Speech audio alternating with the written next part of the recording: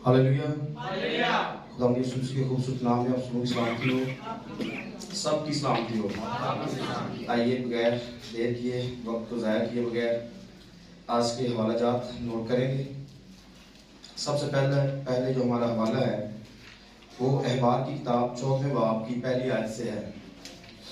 अहबार की किताब 4वें बाब की पहली आयत से 15वें बाब की 33 नंबर आयत तक है। 14वें बाब की पहली आयत से 15वें बाब की 33 नंबर आयत तक, और इसके साथ दूसरा सलातीन उसका 7 बाब उसकी 3 नंबर आयत से 20 नंबर आयत तक है। दूसरा सलातीन 7 बाब उसकी 3 नंबर आयत से 20 नंबर आयत तक है। और इसके साथ मत्ती की अंजील उसका 23वां बाब और उसकी 16 आयत से बाब के एंड तक आप उसको देख सकते हैं। ये सारे हवाला जात हैं जो आपने पूरे हफ्ते में पढ़ने हैं। बिल्कुल थोड़े से रेफरेंस हैं, बहुत ज़्यादा नहीं है, लेकिन फिर कहूँगा पिछली दफ़ा की तरह कि हैं थोड़े लेकिन है बहुत ज़्यादा पावरफुल। है थोड़े लेकिन ज़्यादा पावरफुल है, क्योंकि इसमें बहुत ज़्यादा बातें, जैसे पिछले पैगाम में मैंने कहा था कि बहुत ज़्यादा बातें हैं जो आम कलीसियों में बताई नहीं गई, पढ़ाई नहीं गई। आज की बातें भी इसमें ऐसी मौजूद हैं जो पढ़ाई नहीं गई हैं, या खादमों ने इसमें थोड़ी झिझक फील की, थोड़ा फील किया कि शायद इसमें बेटियां बैठती हैं, औरतें बैठती हैं, तो उनको बताया नहीं गया। फिर कमजोरी ये भी रही कि अगर उनको बताया नहीं गया तो फिर खादमों ने अपनी बीवियों को भी नहीं सिखाया कि वो दूसरों को सिखा पाए। ये भी एक बहुत बड़ी प्रॉब्लम रही है, जिसकी वजह से मुआशरे के अंदर हर उस बुराई ने जन्म लिया जो कि नहीं लेना चाहिए था। हर बुराई ने जन्म लिया जो कि नहीं लेना चाहिए था, लेकिन ऐसा हो चुका है, ऐसा हो चुका है कि बुराई अब बहुत ऊपर वाले लेवल पर पहुंच चुकी है। कलाम बहुत नीचे रह गया है और गुनाह, बदी, बदकारी बहुत ज्यादा ऊपर चली गई है। अब जिस जगह से हमने स्टार्ट किया है, हम बिल्कुल जीरो लेवल से इसको शुरू कर रहे हैं। हमारी बातें बहुत ज्यादा लोगों को समझ भी नहीं आती हैं। अगर कह देते हैं तो फिर उसको, जिसको समझ आ जाती है वो उसको जल्दी मानता नहीं है, वो थोड़ी हजम नहीं होती है, क्योंकि ऐसी बातें पहले सुनी नहीं गई। उसके लिए एक बहुत बड़ा जवाब ये भी बनता है कि भाई शरीयत खत्म हो गई है, शरीयत खत्म हो गई है, इसलिए शरीयत के खत्म हो जाने से अब ये बातें हम पर लागू नहीं है। तो पिछले पैगाम में अगर आपको याद है तो एक खास चीज मैंने आपके सामने रखी थी, और इसके पीछे जो हमने सेमिनार किया और हदिये नजरानों पर बात की, दायकी पर बात की, मैंने दो चीजें आपके सामने बिल्कुल फर्क करके दिखाई थी, जो कि आज हर मसीही को इल्म होना चाहिए, हर खादम को पता होना चाहिए। बाइबल के अंदर दो तरह की कहानियां हैं। बाइबल के अंदर आपने इस बात को पूरा समझना है, आपके सारे मसले और मसाइल हल हो जाएंगे, क्योंकि आज का पैगाम नहायत खास है। पहले भी खास होते रहे हैं, पिछला पैगाम भी खास था, लेकिन चूंकि इसमें औरतों के मामलात हैं, इसमें तहारत के मामलात हैं, नापाकी के मामलात हैं, और ये वो मामले हैं जिनको डिस्कस नहीं किया गया है, इसलिए मैंने कहा खास है। तो आपने याद रखना है, बाइबल में कितनी कहावतें? कौन कौन सी? लावी की कहानत और मलकीसेदक की कहानत। हमने दायकी के पैगाम में सीखा था कि हम लावी की कहानत के नहीं है, हम मलकीसेदक की कहानत के लोग हैं। आमीन। फिर पिछले पैगाम में मैंने दो चीजें आपको फर्क करके दिखाई जो खुदा ने मुझे दी। पहली चीज के जो बच्चे पैदा होते हैं, आदम को जब ब्लेस किया गया था तो बरकत दी गई थी कि बड़ो फलो जमीन को मामूरो महकूम करो, बड़ो फलो जमीन को मामूरो महकूम करो। नंबर 2 पर जब गुनाह हो गया तो गुनाह हो जाने के बाद अब बात फर्क आ गई, औरत को लानत मिल गई, मर्द को भी लानत मिल गई। अब बच्चे जितने भी पैदा होंगे वो लानत के नीचे होंगे, बच्चे जितने भी पैदा होंगे वो सारे लानत के नीचे होंगे। अब लानत शुदा बच्चे जो हैं या माँ बाप जो हैं, इनके लिए, इनको पाक करने के लिए कुर्बानियों का सिलसिला दिया गया कि खता की कुर्बानी के लिए आपको बर्रा देना पड़ेगा, आपको कुमरी के बच्चे देने पड़ेंगे या कबूतर के बच्चे देने पड़ेंगे, यानी कि आपको पाक करने के लिए। आमीन। औरत को खता को बख्शवाने के लिए, उसको सेट करने के लिए आपको कुर्बानी की जरूरत है। आमीन। दो चीजें मैंने आपके सामने रखी कि एक वो ब्लेसिंग जो आदम को मिली, एक वो लानत जो आदम को मिली। पहले जो बच्चे, इसमें भी बहुत बड़ी प्रॉब्लम है, एक इंकशाफ है, अगर मैं कर दूंगा तो शायद एक बहुत बड़ी मुसीबत टूट पड़ेगी हमारे ऊपर कि क्या आदम के बाग-ए-अदन के अंदर बच्चे थे या नहीं। एक बहुत बड़ी मुसीबत टूट पड़ेगी अगर मैंने कुछ कह दिया तो, लेकिन कह दूंगा, आज देखी जाएगी जो होएगी। क्या ख्याल है, कह देते हैं। अच्छा, अगर आप ये कहें कि आदम और हवा के बच्चे नहीं थे, अगर आप ये कहें कि आदम और हवा के बच्चे नहीं थे, इसमें प्रॉब्लम क्या है? इसमें प्रॉब्लम क्या है? खुदा की वो बात कि खुदा ने कहा बढ़ो फलो, जमीन को मामूरो महकूम करो। तो अब क्या खुदा इंतजार में था कि गुनाह करेंगे, बाग से बाहर निकलेंगे तो फिर बच्चे स्टार्ट होंगे? हाँ, बच्चे पैदा हो जाने चाहिए थे, शुरू होने चाहिए थे या नहीं? आदम 120 साल या 24 साल बाग-ए-अदन के अंदर रहा, लेकिन कोई बच्चा पैदा नहीं हुआ, कैसे मुमकिन है? जबकि बाकी सारी चीजें बढ़ रही थी, उनके बच्चे हो रहे थे, चीजें समंदर के अंदर जानवर मछलियां बढ़ रही थी। आदम की बारी में क्या हुआ कि उसके बच्चे पैदा नहीं हुए? ये एक बहुत बड़ा सोचने का मकाम है कि अगर बच्चे नहीं हो रहे थे, फिर आगे जाकर आप फंसेंगे। कई दफा ये सवाल हमारे ऊपर आया कि कायन ने बीवी कहां से ली? कायन ने, तो चूंकि हमने खुद बातें मिस कर ली इसलिए हमें जवाब आता नहीं। बीवी लिखा है वो नूद के इलाका में, क्या लिखा है नूद के इलाका में? जा बसा, क्या नहीं जा बसा। और फिर आगे लिखा है वो अपनी बीवी के पास गया और वो हामला हुई। तो सवाल किया जाता है कि क्या नूद के इलाका में भी कुछ था, कोई नस्ल थी? बाग-ए-अदन के अंदर तो आदम और हवा रह रहे थे और इनसे दो ही बच्चे पैदा हुए, कायन और हाबिल। यही बताया गया, कायन और हाबिल पैदा हुए। कायन कहां से जाकर बीवी ले लेता है? तो बाइबल में ये कहां लिखा है कि उसने वहां जाकर शादी की है? ये तो हमने खुद से बनाया ना। बाइबल में लिखा तो नहीं है कि उसने नूद के इलाके में जाकर शादी की, ऐसा नहीं लिखा है, ऐसा नहीं लिखा, ये हमने खुद से बनाया। उसकी वजह क्या? कुछ चीजें हमने पीछे मिस कर दी। और मिस क्या किया कि हमने ये समझा कि आदम के सिर्फ दो ही बच्चे थे, कायन और हाबिल। अब आपको औरत नजर ही नहीं आएगी। तो इस अंदाज में एक और बड़ी खास थ्योरी है यहूदियों के अंदर। कहा यह जाता है कि आदम दो बने हैं, आदम और हवा भी दो बनी है। ये बिल्कुल फजूल किस्म की थ्योरी है, लेकिन है, ऐसा नहीं है कि ये थ्योरी नहीं है थ्योरी। दो आदम है, क्योंकि पहले बाब में, पैदाइश की किताब के पहले बाब में लिखा है खुदा ने आदम को बनाया, उसकी फसली में से औरत को लिया, ऐसा लिखा है? नहीं, दूसरे बाब में लिखा है। पहले बाब में उसने बना दिया, पहले बाब की 26वीं आयत में आदम हवा को बना दिया, उनको बरकत भी दे दी है, बढ़ो फलो जमीन को मामूरो महकूम करो। लेकिन दूसरे बाब में जाकर बताया गया कि आदम ने आदम को मिट्टी से बनाया, आदम को मिट्टी से बनाकर, आप पढ़ना चाहते हैं, पढ़ने बड़ी खास बातें हैं। खुदा ने इंसान को अपनी सूरत पर पैदा किया। हवाला कोट कीजिए 1:27 आयत जी, एक बाब की 27 आयत जी, पढ़ते। और खुदा ने इंसान को अपनी सूरत पर पैदा किया। ये 26 आयत है। खुदा ने कहा हम इंसान को अपनी सूरत, अपनी शरीर पर बनाए। पहले बाब की 26 आयत में खुदा क्या कह रहा है कि हम इंसान को अपनी सूरत पर, अपनी शबीह की मानद बनाए और वो समंदर की मछलियों और आसमान के परिंदों, चपाओं, तमाम जमीन और सब जानदारों पर जो जमीन पर नीमते हैं इख्तियार रखें। और खुदा ने इंसान को अपनी सूरत पर पैदा किया, खुदा की सूरत पर उसको पैदा किया, नर और नारी उनको पैदा किया। तो अब यहाँ पर आदम और हवा पैदा हो चुके। और अगली आयत में लिखा है खुदा ने उनको बरकत दी और कहा फलो बढ़ो और जमीन को मामूरो महकूम करो, समंदर की मछलियों और हवा के परिंदों और कुल जानवरों पर जो जमीन पर चलते हैं इख्तियार रखो। तो ये पहला आदम और पहली हवा है।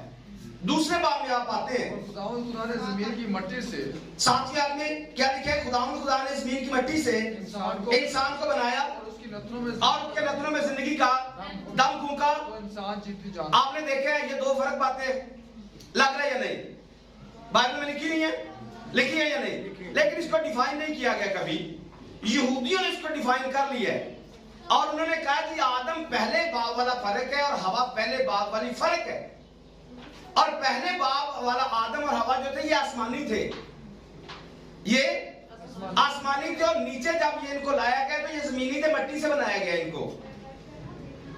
अच्छा, एक ये थ्योरी है। एक दूसरी थ्योरी ये भी है कि आदम की जो एक बीवी थी उसका नाम लिलत था, उसका नाम लिलत है। आप इंटरनेट पर इसको सर्च करें, लिलत नाम के नाम को लिख कर देखें, आपके पास दर्जनों स्टोरियां आ जाएंगी, आपके पास बुक्स आ जाएंगी। लिलत के नाम से बेशुमार स्टोरियां मौजूद हैं। अच्छा, इसकी सिर्फ स्टोरी नहीं है, इसकी सिर्फ स्टोरी नहीं है, इसमें बहुत ज्यादा उन्होंने रंग भी भरा हुआ है। आज जितनी भी औरतें मर्दों को खराब करती हैं उनमें लिलत की रूह आती है और उकसाती है आदम को गुनाह करने पर, आदम को उकसाती है गुनाह करने पर। और ये लिलत की जो लिलत नामी रूह है ये मर्दों के ख्वाबों में आती है और उनके साथ बदफेरी करती है और उनके साथ काम खराब कर देती है। ये यहूदियों का मानना है और उन्होंने इस बात को एक्सेप्ट किया कि ये रात को ख्वाबों में आती है और ख्वाबों में आकर मर्दों के साथ गलत कार्य करती है। और मर्द जो है ये अच्छे भले मर्द सीधी राह को छोड़ के उल्टी राह पर चले जाते हैं और बाग से निकलकर ये बाग से बाहर निकल जाते हैं। ये थ्योरी है, इसको भी जानना आपके लिए जरूरी क्योंकि हम मुआशरे में रह रहे हैं। दूसरी बात मैंने आपके सामने रखा कि अगर बाग के अंदर बच्चे नहीं थे, अगर बाग में बच्चे नहीं थे तो फिर कायन ने बीवी कहां से ली? कायन ने बीवी कहां से ली? मैंने कहा कि बाइबल में ये लिखा ही नहीं है, इसको पढ़ लेते हैं। चौथे बाब में आइए, चौथे बाब की 15 नंबर आयत से देखिए। लिखा तब खुदावंद ने उसे कहा, नहीं बल्कि जो कायन को कत्ल करे उसका 7 गुना बदला लिया जाएगा। और खुदावंद ने कायन के लिए एक निशान ठहराया कि कोई उसे पाकर मार ना डाले। सो कायन खुदावंद के हुजूर से निकल गया और अदन के मशरक की तरफ नूद के इलाका में जा बसा। और आगे लिखा है कायन अपनी बीवी के पास गया और वो हामिला हुई। अब बीवी कहां से आई? यहां से सवाल उठाया गया या उठाया जाता है कि नूद के इलाका में क्या औरतें थी? तो मैं आपको बताना चाहता हूं, ये यहां पर नहीं लिखा है कि उसने वहां पर जाकर शादी की है, बल्कि वो अपनी बीवी को घर से ही साथ लेकर गया था। वो अपनी बीवी को अपने साथ लेकर गया था। एक और थ्योरी मौजूद है तालमूद के रिवायत के मुताबिक कि आदम के जब भी बच्चे पैदा होते थे 2 बच्चे पैदा होते थे। आदम के जब भी बच्चे पैदा होते थे 2 बच्चे पैदा होते थे, एक लड़की और एक लड़का। जब कायन पैदा हुआ तो उसके साथ वो 2 बहन भाई पैदा हुए थे। जब कायन पैदा हुआ तो 2 बहन भाई पैदा हुए, यानी कि कायन और उसकी एक बहन। अब जब हाबिल पैदा हुआ तो उसके साथ 2 बहनें पैदा हुई थी। हाबिल के साथ 2 बहनें पैदा हुई और इनका मामला तनाजा ये चल रहा था कि या होता यूं था शुरू में कि जब कायन के साथ जो औरत पैदा हुई है वो दूसरे लड़के के साथ ब्याही जाएगी और जो दूसरे के साथ पैदा हुई है वो दूसरे लड़के के साथ ब्याही जाएगी। यूं रिश्ते बना करते थे। ये जो स्टोरी मैं आपको सुना रहा हूं ये मैंने खास बिशप जेम्स जॉन पॉल साहब से सीखी है कि 2 बच्चे पैदा होते और जो हाबिल के साथ लड़की पैदा हुई, 2 लड़कियां पैदा हुई। अब कायन चाहता था कि ये दोनों मेरे साथ ब्याही जाएं, दोनों मेरे साथ ब्याही जाएं। एक का तो बनता था क्योंकि हाबिल के लिए एक लड़की उसके पास मौजूद थी। अब कायन के पास 2 थी, इसलिए यहां पर लिखा हुआ है, आप इसको देखेंगे कि 2 शादियों का जिक्र भी मौजूद है। 2 शादियों का जिक्र भी आप पाएंगे कि 2 बीवियां भी की गई हैं और इसी बीवी के चक्कर में ही कायन को हाबिल के साथ दुश्मनी थी। ये एक स्टोरी है, एक थ्योरी है जो कि इसमें बंद है, जिसको अगर आप छोड़ देंगे बहुत ज्यादा चीजें आपको समझ में नहीं आएंगी। अगर आप इसको, मैंने कहा कि मैं जब बात कर दूंगा तो कई मामले खुल जाएंगे। कई मामले मैंने कहा था खुलेंगे, लेकिन खुलते हैं तो फिर खुलने दे, देखी जाएगी। अगली बात करना चाहता हूं, अगर बाग के अंदर बच्चे नहीं थे, बाग के अंदर बच्चे, मैं कहूंगा क्या खुदा वेट कर रहा था कि आदम और हवा गुनाह करे तब बच्चे स्टार्ट होंगे? नहीं। खुदा ने चूंकि बरकत दी है, बढ़ो फलो जमीन को मामूरा महकूम करो, तो यहां पर आपको जितने भी दरख्त बाग अदन के अंदर लगे हुए हैं, ये सारे के सारे बच्चे हैं, ये सारे के सारे, क्योंकि यहां पर जो दरख्त आप हयात का दरख्त दिखाया गया है वो यीशु मसीह है, जो हयात का दरख्त है। अगर वहां यीशु दरख्त है तो बाकी खुशनुमा जो दरख्त है ये भी सारे बंदे ही हैं, ये भी सारे बच्चे हैं, लेकिन उनको छुपा दिया गया, उनकी जरूरत नहीं थी बाहर, इसलिए वो डेटा शेयर ही नहीं किया गया। तो आज उनके शेयर हो गए, तो आपको पता चला कि कायन ने जो बीवी किया है वो घर से ही अपनी बीवी लेकर गया था और वहां पर जाकर इसकी अलग से परवरिश हुई, आगे पैदाइश हुई। दो चीजें मैंने आपके सामने खोल दी हैं कि आदम के जो पहले बच्चे हो रहे थे उसको लेके देखेंगे तो वो पाक नस्ल थी, वो पाक नस्ल थी। अब कायन से या आदम के बाग के बाहर निकलने के बाद नापाक नस्ल थी, नापाक बच्चे थे। तो यहां से एक बहुत बड़ा सिलसिला है जो लिखा हुआ है, जो यहां पर लिखा हुआ है।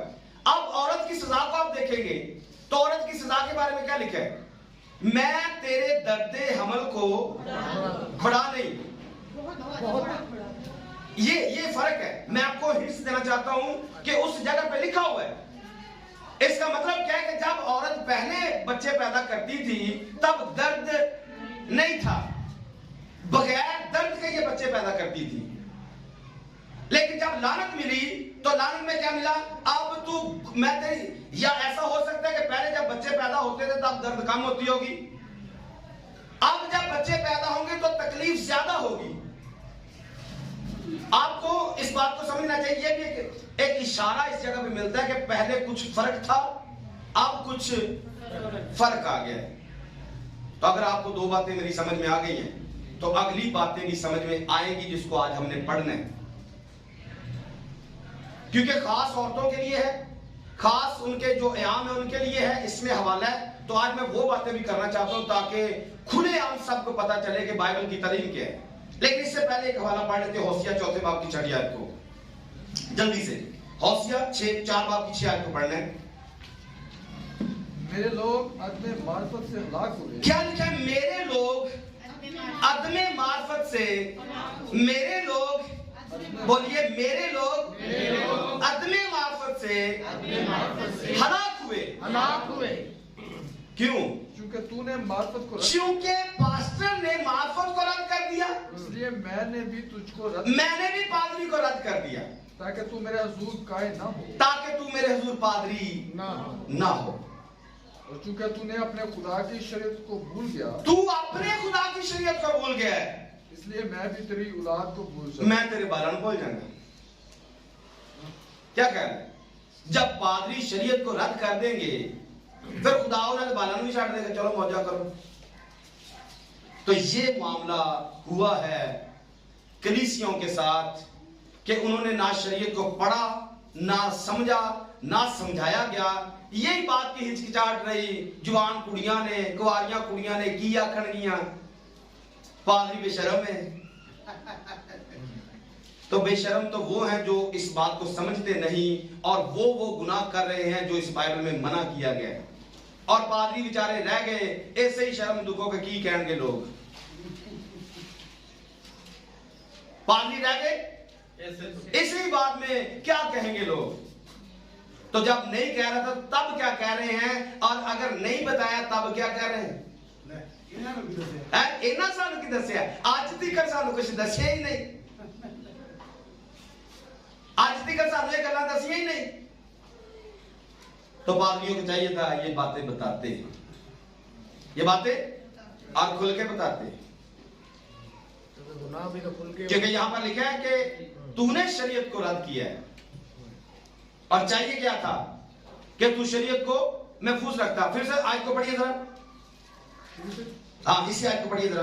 मेरे लोग अदमे मार्फत से हलाक हुए जी, क्योंकि तूने मार्फत को रद्द किया, तूने मार्फत को रद्द किया, इसलिए मैं भी तुझको रद्द करूंगा, मैं भी तुझको रद्द करूंगा ताकि तू मेरे हुजूर काहे ना हो, ताकि तू मेरे हुजूर काहे ना हो, ताकि तू मेरे हुजूर काहे ना हो। तूने मार्फत को रद्द किया, मैंने तुझे रद्द किया। मिलाकी के वसीला से भी खुदा एक मैसेज दे रहा है।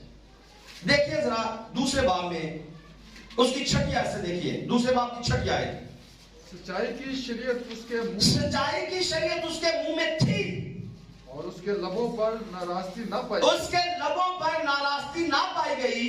वो मेरे हुजूर सलाम मेरे हुजूर सलामती और रास्ती से चलता रहा और वो बहुतों की बदी की राह से वापस, और वो बहुतों को बदी की राह से वापस लाया।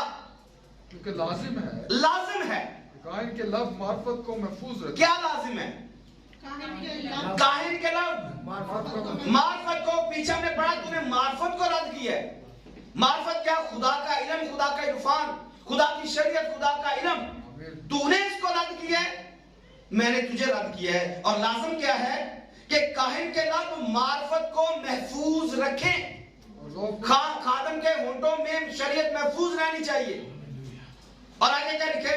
लोग उसके मुंह से शरई मसाइल पूछें, क्योंकि वो रब्बुल फ़ाज का रसूल है। क्योंकि वो रब्बुल फ़ाज का एक पादरी रसूल होता है। एक पादरी रसूल होता है। लेकिन शर्त क्या है? शर्त यह है कि वो मार्फत को अपने होंठों में महफूज रखे। और अगर कोई बंदा, अगर कोई खादम, पादरी शरीयत से नफरत करता हो, आके मैं रसूल हो सकता है? कहानी सुना रहे हैं।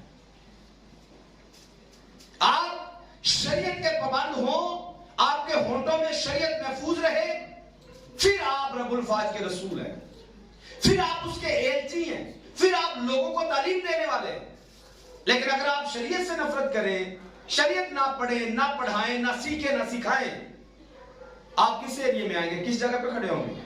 यीशु मसीह ने मत्ती के इंजील में कहा, मैं इस किताब को, शरीयत की किताब को मंसूख करने नहीं बल्कि पूरा करने आया हूं। और फिर आगे लिखा है कि जो कोई इन छोटे से छोटे हुक्मों को तोड़ेगा और आदमियों को यही सिखाएगा, वो आसमान की बादशाही में सबसे छोटा कहलाएगा। अगर कोई शरीयत को तोड़ता है, उसका छोटे से छोटा हुक्म भी तोड़ता है। छोटे से छोटा हुक्म भी तोड़ता है। हुक्म एक याद रखना है कि बाइबल का, शरीयत का हुक्म कोई भी छोटा नहीं है। कोई भी हुक्म छोटा, क्योंकि सारे खुदा के मुंह से निकले हैं। छोटा बड़ा एक फर्क है, क्योंकि एक हुक्म डायरेक्ट खुदा के लिए है, एक हुक्म और एक लौंडी के लिए और गुलाम के लिए। इस कॉन्सेप्ट में ये बड़े छोटे हैं, क्योंकि खुदा के साथ जितने भी अहकाम लगते हैं वो बड़े हैं, क्योंकि खुदा बड़ा है। और एक आम बंदा और एक फिर उसके बाद नौकर चाकर है, उनके लिए अहकाम है, गुलामों के लिए अहकाम है। तो जो उस लेवल के हुक्म है, आप उसको भी तोड़ नहीं सकते। जो तोड़ेगा, आदमियों को यह सिखाएगा वो आसमान की बादशाही में सबसे छोटा, और जो उन पर अमल करेगा वो आसमान की बादशाही में सबसे बड़ा होगा। ये यीशु मसीह ने कहा है। तो हमने शरीयत को तोड़ना नहीं है, शरीयत को रद्द नहीं करना है, बल्कि इसको सीखना है और जो कुछ इसमें लिखा है उसको उस तरीके से मानना है। आमीन। सो मामला कहां पर है? मामला यहां है क्योंकि लोगों ने लावी की कहानत को और मलकीसेदेक की कहानत को समझा नहीं है, जिससे बहुत बड़ी प्रॉब्लम क्रिएट हुई है। और नंबर 2 पर आदम के बाग वाला सिस्टम और आदम के बाहर वाला सिस्टम समझा नहीं है। आदम जब बाग के अंदर था तब वो पाकीज़गी के अंदर था, तब वो रूह कुदस की लपेट के अंदर था, तब वो खुदा के साथ बातें करने वाला था, तब वो खुदा के साथ बातें करने वाला था। मुझे दिखाइए बाइबल में से पहले बाग में, दूसरे बाग में, क्या आदम कोढ़ी था? क्या उसे कोई बीमारी थी? क्या औरत को हैज आता था, होता था? कोई ऐसी कंडीशन थी? नहीं ना। कुछ फर्क था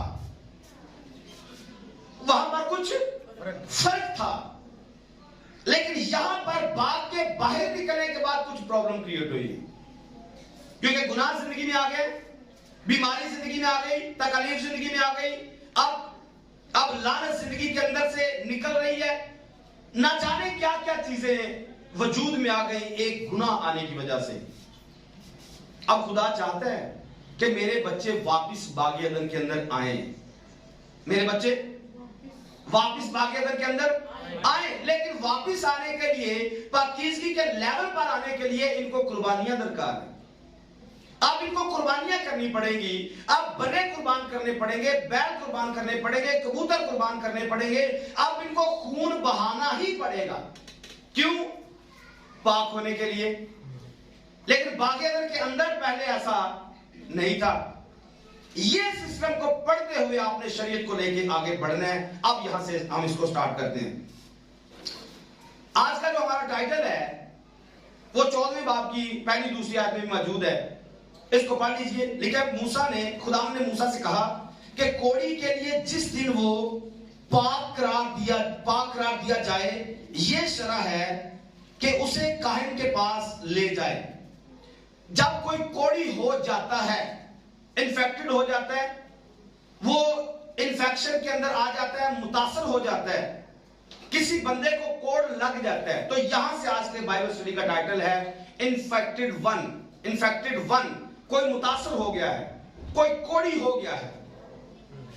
तो यहां से जब कोई कोड़ी हो जाए और अब बारी है कि उसको पाक करना है, अब बारी है कि उसको पाक करना है, तो यहां से स्टार्ट होगा कि कोड़ी को पाक किया कैसे जाएगा। कोड़ी को पिछली दफा बताया था कोड़ी की निशानियां, वहां से स्टार्ट करते हैं। 13वें बाब में आइए। 13वें बाब की 45 नंबर आयत से देखिए। अब जल्दी जल्दी आपने पढ़ते जाना है क्योंकि हम एक रूटीन पे चढ़ गए। इससे आगे हम स्पीड से हम पढ़ते जाएंगे। और जो कोड़ी इस बला में मुब्तला हो, उसके कपड़े फटे फटे, और उसके सर के बाल बिखरे, और वो अपने ऊपर के होंठ को ढांके और चिल्ला चिल्ला कर कहे, नापाक। जितने दिनों तक वो इस बला में मुब्तला रहे, वो नापाक रहेगा। और वो है भी वो नापाक, वो अकेला रहे। उसका मकान लश्करगाह से बाहर रहे। क्यों? वजह आपको याद है? मैंने अंत क्या कुछ बताया था आपको? किसी को याद है? कितने दिन तक लश्करगाह से बाहर रहना है? 7 दिन का मैंने कुछ बताया था? नहीं यार, आदम के बारे में बताया था क्या? कि आदम, अच्छा पहले एक और चीज देखिए कि ये कोड होता कैसे था। इसके बारे में कुछ मैंने लफ्ज आपको बताए थे। इब्रानी लफ्ज मैंने बताया था मुतसिरा। ये एक लफ्ज मैंने आपको बताया था। इसका जो लफ्जी मतलब हमने निकाला था वो जुबान के साथ हमने कनेक्शन पकड़ा था, और जुबान का हमने बाइबल से निकाला था कि जब मरियम ने लुतरापन किया, खादम के खिलाफ जब उसने जुबान चलाई, बदगोई की, तो कोड हो गया। तो आपको पता है चर्च में से लोग भाई क्यों भाग जाते हैं? हकीकत में वो कोड़ी हो जाते हैं। क्यों? क्योंकि वो खादम के खिलाफ बातें करते हैं और खुदा उन्हें हैकल में आने ही नहीं देता है। अंदर लग गया, अंदर कोड आ चुका है। कोड आया कैसे? जुबान की वजह से। हम ये समझते हैं कि शायद कोई ऐसा जख्म हो जाएगा, कोई थोड़े थोड़े निकलेंगे तो उसको कोड कहते हैं। बाइबल में कोड की निशानियां फर्क बताई गई है। यहां पर एक निशान बताया गया, चमक रहा है। और जब कोई बंदा गुनाह कर लेता है तो वो दूर से चमक रहा होता है। अगले महल्ले को भी जा रहे हैं तो लश्कारे थे पहले लाओ जा रहे हैं। क्यों? क्योंकि कोड हुआ है। गुनाह दूर से चमकारे मारता है और बंदा खुद ब खुद दूर और परा परे जा रहे हैं। कोड़ी के बारे में क्या है? जब किसी को देखेगा तो कन्नी मिला के दूर से जाएगा। ऐसा होता है। बाइबल में कोड़ी की निशानी है कि आपको देखेगा, लोगों को देखेगा तो देखते ही दूर से। कोड़ो ही कहे मैं नापाक। आज कोड़ी बोलते तो नहीं है, लेकिन बंदे को देख के कोड़ों दूरों से इंज करके लंघ जाते हैं ताकि ध्यान भी मेरा मेरा लश्कारा भी ना पवे। और ऐसा होना भी चाहिए। ऐसे लोगों को लश्करगाह से बाहर रहना चाहिए ताकि किसी दूसरे पर इनका कोड ना आ जाए। ऐसे इनको दूर रहना चाहिए। क्यों? क्योंकि कोड अंदर आ चुका है, गुनाह अंदर आ चुका है, बदी अंदर आ चुकी है। और आई कैसे? आपकी जुबान की वजह से। तो इसको हमने इसको पढ़ा कि मुतसिरा कहा जाता है, या फिर इसको लोशान हरा भी बोला जाता है, या इसको इवल स्पीच भी बोला जाता है, बुरी बातें कहने वाला, बुरी बातें बकने वाला।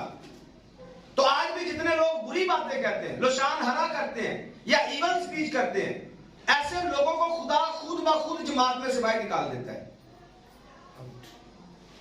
क्यों?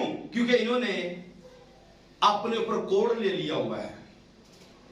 और जब काहिन इसकी तस्दीक कर दे कि फलां बंदे को कोड हो चुका है, फलां बंदा गुनाह के अंदर गिर चुका है, फिर यहां से आज हमने आगे पढ़ना है इसका इलाज कैसे मुमकिन है।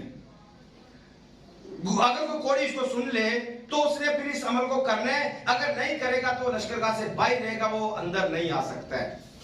पढ़िए क्या लिखा है दूसरी आयत को, 14वें बाब की दूसरी आयत को। कोड़ी के लिए जिस दिन वो पाक करार दिया जाए, ये शरह है कि उसे काहिन के पास ले जाएं। क्या करना है? उसे काहिन के पास ले जाए और काहिन लश्करगाह के बाहर जाए। काहिन लश्करगाह के बाहर जाए। पीछे दोबारा से पढ़ना है। कोड़ी के लिए जिस दिन वो पाक करार दिया जाए, ये शरह है। शरह क्या है? कि उसे काहिन के पास ले जाए और काहिन लश्करगाह के बाहर जाए। मतलब हैकल के अंदर नहीं लेके आना है। इस बंदे को जिसने कोड फैलाया है, चर्च के बंदे तोड़े हैं, खादम को कलीसिया के साथ तोड़ा है, घर को तोड़ा है, रिश्तेदारों को तोड़ा है, इसने अपनी जुबान से कोड चलाया है। इसको चर्च से बाहर रखना है और पादरी बारों बार जाकर ना मुलाकात करे, उन बारों साफ करके फिर चर्च में जमाड़े। नहीं करेगा, अपना गंद लेकर कोड लेकर दोबारा वो जमात में आएगा और वही गंदगी अपनी जुबान से फिर फैलाएगा। और कितने लोगों को फिर से वो कोड़ी कर देगा। पहले एक कोड़ी था, अब सारा चर्च ही कोड़ी कर दिया है। अपनी जुबान से, अपने करैक्टर से, अपनी नापाकी से, अपनी इवल स्पीच से उसने पूरे चर्च को खराब कर दिया है। तो काहिन के लिए जरूरी है कि वो इसके लब मार्फत को महफूज रखे। उसे पता चलना चाहिए, काहिन को समझ आनी चाहिए इसमें गुनाह आ चुका है, ये कोड़ी हो चुका है। खुद ब खुद उसे ऑर्डर करे, तू लश्करगाह से बाहर है, 7 दिन तूने चर्च में नहीं आना है। जब तेरा माइंड सही होगा, तेरा दिमाग सही काम करेगा, फिर तूने आना है, अदरवाइज तुझे आने की जरूरत नहीं है। और उसे पहले चेकअप करे बंदे का, कोड साफ हुआ है, गंद अंदर से निकला है, नहीं निकले। जब तक कोड़ी पाक ना हो तब तक वो चर्च में आने ना पाए। अगर आ जाएगा तो चर्च की बुनियादों तक हिला के रख देगा, क्योंकि इसे लुतरापन करने की आदत है, इसे दूसरों की बुराइयां उछालने की आदत है, इसे बातें बना बनाकर अपनी तरफ से निकालने की आदत है। और आज चर्चिस इस लुतरेपन ने तबाह बर्बाद कर दिए हैं। घरों के घर आज कोड़ी हो चुके हैं, गुनाह के अंदर मुब्तला हो चुके हैं। गीबत करने से डर नहीं आता है, बिलखसूस खादम की गीबत करने से डर नहीं आता है। और ऐसे लोग चर्च में आते हैं और चर्च को नापाक करते हैं, कलीसिया को नापाक करते हैं, और हम जाने अनजाने में कह रहे चर्च चलन है, बस ठीक चलन है। कुछ भी ठीक नहीं है। जब तक कोड़ी बीच में जमात में है तब तक रूहुल कुदस काम नहीं करेगा। कोड़ी को लश्करगाह से बाहर जाना पड़ेगा, उसका गंद निकालना पड़ेगा और फिर चर्च में वापस लाना पड़ेगा। जिस दिन उसको पाक करने लिखा है, लश्करगाह के बाहर जाए, चर्च में ना बुलाए, लश्करगाह के बाहर जाकर मामला हल करे, उसका कोड निकाले। लिखा है काहिन खुद कोड़ी को मुलाकात करे, और अगर देखे कि उसका कोड अच्छा हो गया, कोड अगर अच्छा हो गया मतलब गंद उन्होंने बाहर काट लिया, तो काहिन हुक्म दे, काहिन हुक्म करे कि वो जो पाक करार दिया गया, जो पाक करार दिया गया है, वो उसके लिए 2 जिंदा पाक परिंदे, 2 जिंदा पाक परिंदे और देवदार की लकड़ी और सुर्ख कपड़ा जूफा ले, और काहिन हुक्म दे कि उनमें से एक परिंदा किसी मट्टी के बर्तन में बहते हुए पानी के ऊपर जाए। ज़िबा किया जाए। आमीन। अब ये कोड़ी को पाक करने की निशानी नहीं है। इसकी जो कुर्बानी करनी है ये कोड़ी को पाक करने के लिए नहीं है, सॉरी शिफा देने के लिए नहीं है। शिफा तो पहले उसको मिल चुकी है। अब इसको पाक करने के लिए जमायत में वापस लाने के लिए अगला कॉन्सेप्ट है, अगला काम है जो करना है। शिफा इसको पहले बाहर मिल चुकी है, काहे ने देख लिया ये अच्छा हो चुका है। अब जमात में इसको वापस लाने के लिए कुछ कम करना पड़ेगा, कुछ अमल करना पड़ेगा जो यहां पे दर्ज है। आज शायद हम उस कुर्बानी को तो कर नहीं सकते क्योंकि ये कुर्बानियां करने के लिए आपको हैकल की जरूरत पड़ेगी और आज हमारा कोड भी फर्क है। इसलिए यहां पर जो खून है वो यीशु मसीह का लहू है, उसको यूज करना पड़ेगा, उसको यीशु के लहू के नीचे लाना पड़ेगा और उसको उसकी कुर्बानी को याद दिलाना पड़ेगा कि भाई तेरे लिए मेरे लिए हमारे कोड के लिए यीशु ने कफारा दिया है। अब अपनी जुबान को तूने दुरुस्त इस्तेमाल करना है। अब तूने चीजों को तोड़ना नहीं है, चीजों को जोड़ना है। और आज सुबह मुझे खुदा ने इस बात का पैगाम दिया है कि इब्लीस चीजों को तोड़ता है, इब्लीस चीजों को, और खुदावंद यीशु जोड़ता है। तो जोड़ने के लिए इसको कलीसिया में वापस लाने के लिए हमें यीशु के लहू की जरूरत है और उसके लहू को बंदे के ऊपर लाकर उसको पाक करार देकर आपको जमायत में फिर वापस लाना है। अगर आप नहीं लाएंगे, यीशु के लहू के नीचे नहीं लेके आएंगे, आप कभी भी चर्च में से, घर में से, जिंदगी में से कोड खत्म नहीं कर सकते। उसके इकरार को लेना लाजमी है ताकि वो अपने इकरार में कायम रहे, अपने कोड से पाक होकर इस बात को लेके मैं साफ हो चुका हूं, दोबारा मैंने ऐसा गुनाह नहीं करना है, दोबारा मैंने जिंदगी में कोड आने देना नहीं है। अगर नहीं ऐसा होगा तो बार बार कलीसिया में ऐसा होता रहेगा। एक और आज पढ़िए, नामी आयत पढ़िए हमारी किताब से, नामी आयत को। और सातवें रोज अपने सर के सब बाल, सातवें रोज अपने सर के सब बाल सारे बाल और अपनी दाढ़ी, क्या करना है, सर के सारे बाल मतलब टेंड करवा दे, और फिर और अपनी दाढ़ी और अपने आबरू आबरू इसको भी मुड़वा दे। क्यों? पढ़िए आगे। तो गर्ज अपने सारे बाल मुंडवाए, अपने सारे बाल मुंडवाए, और अपने कपड़े धोए और पानी में नहाए, तब वो पाक ठहरे। मतलब कुर्बानी भी हो गई है, लेकिन अगला प्रोसेस भी बाकी है। सर में जो बाल है इसको रगड़ के साफ करवाए, अपनी दाढ़ी मूछे, दाढ़ी को मंडवा दे, अपने आबरू के बाल मंडवा दे। क्यों? वैसे पाक नहीं था, कुर्बानी कर दिया, पाक तो हो जाना चाहिए, शिफा तो पहले मिल गई है, लेकिन ऐसा शरा नहीं कह रही है। कुर्बानी देकर आपको सर के बाल मुंडवाने पड़ेंगे, सारे बाल मुंडवाने पड़ेंगे, दाढ़ी मुंडवानी पड़ेगी, आबरू के बाल मुंडवाने पड़ेंगे, और फिर कपड़े चेंज करने पड़ेंगे, नहाना पड़ेगा पानी में, इसको अपने आप को पाक करने के लिए। आपको समझ में आया? जब हम गुनाह के अंदर थे, गुनाह के कोड में मुब्तला थे, तब हमने क्या किया है? आज लोगों ने बपतिस्मा तो लेना शुरू किया, लेकिन शायद बताया नहीं गया कि बपतिस्मा लेना क्यों है। इतना पता है कि बस पानी का बपतिस्मा लो क्योंकि असि निजात पानी है, लेकिन निजात पानी किससे है?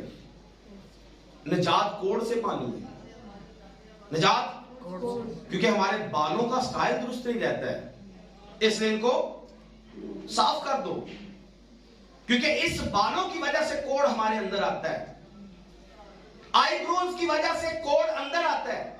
आज वैसे भी कई कोड़ी हैं जो इनको साफ करते रहते हैं, आईब्रो बनवाती रहती है, लड़कियां खास बनवाती हैं, लड़के भी बनवाते हैं, ये दोनों में बीमारी खास पाई जाती है, और ये कोड़ी होने की एक निशानी है कि वो ऐसा करती हैं, ये बताती हैं कि हम कोड़ी हैं। अगर बाल बिखरे रहते हैं, बाल सूखे रहते हैं, ये भी पिछली दफा बताया गया, कपड़े फटे रहते हैं, ये कोड़ी की निशानियां हैं। चर्च के अंदर अगर कोई औरत आईब्रो बनवा के आती है तो वो कोड़ी है, ये साफ बात है। अगर कोई माने ना माने उसकी अपनी मर्जी है, लेकिन कोड़ी की निशानी उसको मंडवाने पड़ते हैं साबित करने के लिए कि मैं कोड़ी हूं। नहीं मानता हुजती है। हाँ सही है, हुजती है, क्योंकि ऐसा लिखा है, उसको मंडवाने ही पड़ते हैं। लेकिन आज चौचाई मंडवा रही है, इसका दूसरा मतलब क्या है? आईब्रोज क्यों मंडवाने हैं? क्योंकि आपकी आंखें लोगों से ऊपर देखना शुरू हो चुकी हैं। आपके आईब्रोज ने बड़े सारे लोगों को आपके गुनाह करने पर आमादा किया हुआ है। आपने पढ़ा है लड़की के बारे में, लड़के के बारे में लिखा हुआ है, अगर कोई किसी को बुरी निगाह से देखता है तो उसने उसके साथ जिना कर लिया। तो जिना करवाने पर आमादा किसने किया? आपकी आंखों ने, आपके आईब्रोज ने, आपके बालों ने, आपके होंठों ने, आपके फैशन ने। आप चलती फिरती ठीक ठाक घूम घुमा के 10-20 बंदों के साथ जिना करके घर पहुंच गई हैं, आई बाइबल स्टडी करने के लिए, लेकिन एक चलती फिरती कसबी बनकर आप घर में घूम कर चली गई वापस, और मैं कह साफ सुथरी हूं। कितने लोगों को आपने गुनाह करने पर उकसाया है? इसलिए लिखा है कि बाइबल में लिखा है तुम्हारा श्रृंगार जाहिरी नहीं होना चाहिए, सादगी के अंदर जिंदगी बसर करनी चाहिए, अपने आप को ईमानदारों जैसी वजह बनानी चाहिए, ताकि आपकी वजह से कोई लड़का जिनाकारी में मुब्तला ना हो जाए। लेकिन आज कितनी कोड़ियां हैं जो खुद भी कोड़ी हैं और दूसरे लड़कों को भी कोड़ी बना रही हैं, और कितने लड़के कोड़ी हैं जो लड़कियों को कोड़ी बना रहे हैं। और इन ऐसे लड़कों को लश्करगाह से बाहर रखने की जरूरत है, चर्च में लाने की जरूरत नहीं है, ताकि बाकी लोग नापाक ना हो जाए। लेकिन आज हमने पाकीज़गी के लेवल को समझे कुछ और है, बस आओ जी ते जाओ जी, आओ जी ते जाओ जी। आज चर्च में पाकीज़गी का लेवल नहीं है। अहकाम खुदा ने इसलिए दिए ताकि हम पाक बने, और कोई बंदा बगैर हुक्मों पर अमल करके पाक नहीं हो सकता है। पाक करने के लिए अहकाम है, इस पर अमल करना ही पड़ेगा। और अगर कोई अमल नहीं करता है, बगैर अमल के कह के मैं पाक हो गया हूं, ये आपकी मर्जी है, हमारी नहीं, और बाइबल की नहीं। बाइबल की मर्जी, आपको हुक्मों पर चलना पड़ेगा। जो हुक्म कहता है वैसे चलेंगे तो आप पाक है, अदरवाइज आप पाक नहीं है, आप नापाक है। और कोई कैसे कह सकता है, लिबास कोड़ी का पहन के कोई कैसे कह सकता है मैं रूहुल कुद्दस याफ्ता हूं? क्या रूहुल कुद्दस अपने कलाम के खिलाफ बातें करवाना चाहते? जो पीछे कहा था उसके अंगेज जाएगा? नहीं, लोगों ने आज बहुत गलत किस्म का ट्रेंड चलाया हुआ है कि कोई हुक्म मानना भी नहीं है और हम रूहुल कुद्दस याफ्ता भी हैं। ऐसा मुमकिन नहीं है। आप हिजकिय्याह की किताब पढ़ें, वहां पर आपको मिलेगा 36वें बाब में कि खुदा नया दिल और नई रूह इसलिए देता है ताकि आपसे अपने अहकाम की पैरवी करवाए। अगर आप में रूहुल कुद्दस नहीं है तो मुखालिफ मसीह का रूह है, जो शरीयत को तब्दील करने की कोशिश करता है, खुदा के अहकामात को तब्दील करने की कोशिश करता है। और आज कितने लोग हैं जो दावा रूहुल कुद्दस का करते हैं लेकिन खिलाफ काम शरीयत के करते हैं। और यूहन्ना ने लिखा है गुनाह क्या है? गुनाह शरा की मुखालफत है। कोई काम आप शरा के खिलाफ करेंगे, आपने गुनाह किया है। तो यहां पर इसलिए आईब्रोज भी मुंडवाने का ऑर्डर है, क्योंकि इन आईब्रोज ने आपको कोड़ी बनाया था। आपको दुनिया से अलग बनने का शौक चढ़ा हुआ था। आपकी जुबान को ढांकने का हुक्म है, आपकी आंखों को ढांकने का हुक्म है, क्योंकि आपकी आंखों ने आपको कोड़ी बनाया है। अब आपने लोगों से दूर रहना है। और कोड़ी आज के जमाने में जो कोड़ी हो जाता है वो आंखें चुराता है, दूर दूर भागता है। ये मैं आपको कोड़ी की निशानी बता रहा हूं। अगर किसी के बारे में समझ में आ जाए, उसको वापस कलीसिया में लाने के लिए आपको पाक करना पड़ेगा, आपको ये नहलाना पड़ेगा, आपको बपतिस्मा दिलवाना पड़ेगा।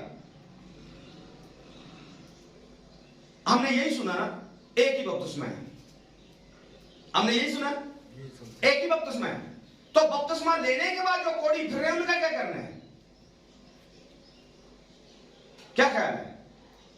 यीशु में शामिल होने का तो एक दफा ही बपतिस्मा है, लेकिन यीशु में शामिल होने का दावा भी कर लिया, आज फिर गुनाह के अंदर है, आज फिर तौबा याद नहीं है, आज फिर गुनाह है, बदी है, बदकारी है। ऐसे लोगों का क्या करना है जो कलाम को सुनने के लिए भी तैयार नहीं है, जो वापिस कलाम को मानने के लिए भी तैयार नहीं है, बस दावा है हमने तौबा की है, बपतिस्मा लिया हुआ है। ऐसे लोगों को क्या करेंगे? इनका कोड मिटाने के लिए क्या करना पड़ेगा? इनको दोबारा बपतिस्मा देना पड़ेगा। यीशु मसीह में शामिल होने का नहीं, कोड से पाक करने का बपतिस्मा देना पड़ेगा। इनको फिर से लाना पड़ेगा। इनके कपड़े जो फटे पहने हुए हैं उसको चेंज करवाना पड़ेगा, और दोबारा से खुदा के हुजूर मुआफी दिलाकर इसको यहां पर कलीसिया में लाना पड़ेगा। लेकिन आज ये ऐसा नहीं है। आज बातें कुछ अजीबोगरीब चल रही है। आज ऐसा बिल्कुल भी नहीं है। एक बंदा गुनाह करता है, कलीसिया को तोड़ता है, कलीसिया में लुतरापन करता है, शायद जो ज्यादा लुतरापन करता है हम उसको ज्यादा प्रमोट करते हैं। शायद ये समझते हैं बंदा मेरे नाल नहीं जानता कि कितने चर्च की तबाही पट रहा है और कितनों को मेरे खिलाफ कर रहा हूं, कितनों को मैं उनके खिलाफ जा रहा हूं। हम अपना फायदा सोचते सोचते पूरे चर्च का बेड़ा गर्क करवा लेते हैं और पूरे चर्च में कोड़ ही कोड़ हो जाता है। अब मैं आपको दिखा देता हूं, घरों के अंदर भी कोड़ आता है, कपड़ों के अंदर भी कोड़ आता है। आप देखेंगे थोड़ी देर में। लेकिन बपतिस्मे की बात कर रहा हूं। बपतिस्मा जो है ये सिर्फ एक तरह से नहीं है। बपतिस्मा एक तरह से नहीं है। बपतिस्मा गुनाहों की माफी के लिए बपतिस्मा है। बपतिस्मा यीशु मसीह में शामिल होने के लिए बपतिस्मा है। बपतिस्मा आपको जिस्मानी से रूहानी बनाने के लिए बपतिस्मा है। बपतिस्मा आपको कोई कौम, कोई कबीला, कोई उम्मत नहीं थे, अब आपको खुदा की उम्मत बनाने के लिए बपतिस्मा है। आपको कोड़ से साफ करने के लिए बपतिस्मा दिया जाता है। लेकिन दोबारा अगर आप कोड़ी हो चुके हैं, आपको लश्करगाह से बाहर कर दिया जाएगा। अगर कोई रूह कुदस याफ्ता नहीं है, मैं समझता हूं वो कोड़ से कम नहीं है। वो गुनाह चूंकि उसके अंदर चल रहा है। आमीन। कुछ और पढ़ते हैं, ज़बूर की किताब में आएंगे। मैंने कहा हम गुनाह मतलब कोड़ी कैसे होते हैं? जुबान की वजह से। कोड़ी कैसे होते हैं? जुबान की वजह से। ज़बूर की किताब में आइए, ज़बूर 64 उसकी 30वीं आयत को देखिए। जिन्होंने अपनी जुबान तलवार की तरह तेज की। क्या लिखा? जिन्होंने अपनी जुबान तलवार की तरह तेज की और तलक बातों के तीरों का निशाना लिया है, ताकि उनको खुफिया मकामों में कामिल आदमी पर चलाए। क्या किया इन्होंने? अपनी जुबान को तलवार की तरह तेज किया और अपनी बातों को तलख तीरों का निशाना बना लिया है। और बनाया क्यों? कामिल आदमी पर चलाने के लिए। मूसा ने अपनी जुबान का ऐसा इस्तेमाल किया है, सॉरी मरियम ने मूसा के बारे में, कोरा ने किया, अबीराम और दाते ने किया। क्या अंजाम निकला? जमीन फटती है नीचे, लश्करगाह से हमेशा के लिए दूर। आज कितने लोग हैं जो अपनी जुबानों का गलत इस्तेमाल कर करके खुदा के लोगों से दूर निकल चुके हैं। घरों के घर तबाह हो गए हैं इस जुबान से। ये मोहलक तीर जो चलाती है। एक और वाला पढ़े, अमसाल की किताब 18वें बाब में, 18वें बाब की 21 नंबर आयत देखिए। मौत और जिंदगी जुबान के काबू में। मौत और जिंदगी जुबान के काबू में है, और जो उसे दोस्त रखते हैं, उसका फल खाते हैं। आमीन। मौत और जिंदगी किसके कंट्रोल में है? जुबान के कंट्रोल में है। आपने जिंदगी पानी है या मौत पानी है? आपने कोड़ी बनना है या आपने पाक रहना है? ये जुबान के कंट्रोल में है। लेकिन ये जुबान कंट्रोल रहती नहीं है। ये जुबान हमें अपने बस में रखने देती नहीं है। ये जुबान हमारे कंट्रोल से बाहर निकल जाती है। आप गौर कर सकते हैं, ये नरम गोश्त है, तकरीबन सब पूरे बदन से नरम गोश्त है। लेकिन सबसे खतरनाक चीज क्या है बदन के अंदर? दांत है। दांत सबसे खतरनाक है क्योंकि ये काट देते हैं। इसको इनके बीच में रखा गया है, लेकिन ये फिर भी डरती नहीं है। ये ऐसी चीज है, ये डरने वाली, ये डरती डुरती नहीं है। हालांकि कई दफा दांत इसको अपने नीचे ले लेता है, और जब लेता है तो फिर कई कई दिन तक इसको याद रहता है कि दंदा थले नहीं होना। लेकिन फिर भी बात आती, और सबसे नरम चीज होंठ भी है, होंठों के अंदर भी रखा हुआ है। एक सख्त चीज रखी है, एक नरम चीज रखी है। ये नरमी सख्ती दोनों को पार करके गुजर जाती है। बात नहीं आती है क्योंकि इसने कोड़ी करना है पूरे बदन को। आपकी जुबान ने आपके घर को तबाह करना है, आपके रिश्तेदारों को तबाह करना है, आपके चर्च को तबाह करना है, आपके सेटअप को तबाह करना है। आगे देखते हैं मुकाशवा किताब में 12वें बाब में ये खास इब्लीस का हवाला है। मुकाशवा 12वें बाब की 10वीं आयत। फिर मैंने आसमान पर से ये बड़ी आवाज आती सुनी, बड़ी आवाज आती सुनी, अब हमारे खुदा की निजात अब हमारे खुदा की निजात और कुदरत और बादशाही और कुदरत और बादशाही और उसके मसीह का इख्तियार जाहिर हुआ, उसके मसीह का इख्तियार जाहिर हुआ, क्योंकि हमारे भाइयों पर इल्जाम हमारे भाइयों पर इल्जाम लगाने वाला जो कोड़ी था वो गिरा दिया गया। क्या लिखे? जो रात दिन हमारे खुदा के आगे उन पर इल्जाम लगाया करता है, उन पर इल्जाम लगाया करता था, गिरा दिया। गिरा दिया। आपने समझा है? ये इल्जाम लगाने वाला कौन? हम उसका साथ देते हैं। जो जुबान का गलत इस्तेमाल करता है, हम उसका साथ देते हैं। वो जो तोड़ता है, वो जो बर्बाद करता है, हम उसके साथ खड़े होते हैं। लेकिन खुदावन क्या कहते हैं? अच्छी और खुशी की बात है कि भाई बाहम, लेकिन ये रहने, भाइयों को इकट्ठा रहने देता, ये ऐसे ऐसे तरीके निकालता है कि सबको बिखेर के रख देता है। और होता कैसे? जुबान की वजह से। एक जुबान ही है जो आपको कोड़ी कर देती है। एक जुबान है जो आपको आपकी कलीसिया से, आपके घर से दूर कर देती है। एक और हवाला देखिए इस्तिस्ना की किताब में, शरह क्या है 19वें बाब में, उसकी 15 नंबर आयत को देखिए। किसी शख्स के खिलाफ उसकी किसी बदकारी या गुनाह के बारे में जो उसे सरजद हो एक ही गवाह बस नहीं, बल्कि 2 गवाहों या 3 गवाहों के कहने से बात पक्की समझी जाए।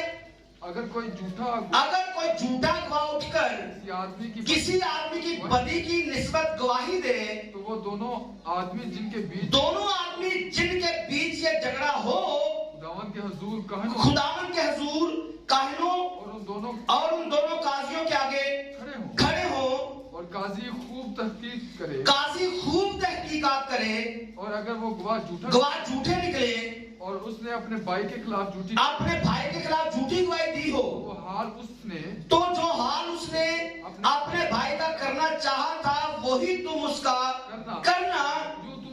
यूं तू ऐसी बुराई को अपने दरमियान से दफा कर देना, और दूसरे लोग सुनकर डरेंगे और तेरे बीच में फिर ऐसी बुराई नहीं करेंगे। लेकिन आज ऐसा होता नहीं है। जो ज्यादा जुबान दराजी करता है, लगता है ये सच्चा है, लगता है ये, और हम उसको प्रमोट कर लेते, ये सही है, ये बिल्कुल सही है। लेकिन जो झूठा है, कई दफा झूठा आदमी वैसे ही खामोश रहता है, कई दफा सच्चा आदमी वैसे ही खामोश रहता है, बस हलीमी का बहाना लग गया। लेकिन यहां पर बताया गया कि अगर किसी को किसी मामले में तहकीक करनी है तो 2 या 3 गवाहों का होना लाजमी है। किसी अकेले बंदे की बात सुनकर कोई फैसला नहीं देना है, क्योंकि अकेला बंदा कोई लुतरापन कर रहा है, अकेला बंदा आधी बातें काट कर आधी बातें सुना रहा है। तो आपने 2 या 3 गवाह रखने लाजमी है। क्यों? क्योंकि ये जुबान आपको कोड़ी कर देगी, आपके सेटअप को तबाह करेगी। तो शरीयत को हमने अपने साथ रखना है।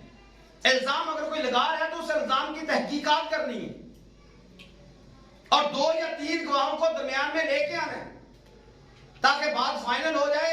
एक बंदे की बात सुन के आप उस पर इल्जाम लगा देंगे, आप खराब हो जाएंगे, आप खराब हो जाएंगे, और कोड कलीसिया में आ जाएगा, कोड घरों में आ जाएगा, जिंदगी में आ जाएगा। कुछ और पढ़ लेते हैं। अहबार की किताब 14वें बाब में आइए, 33 नंबर आयत से लिखिए।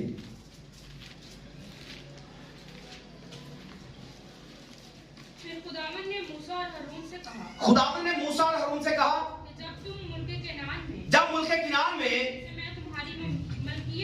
जिसे मैं तुम्हारी मलकियत के लिए देता हूं दाखिल हो, मैं तुम्हारे मिरासी मुल्क के किसी घर में कोढ़ की बला भेजूं। तुम्हारे मिरासी मुल्क के किसी घर में कोढ़ की बला भेज। किसमें?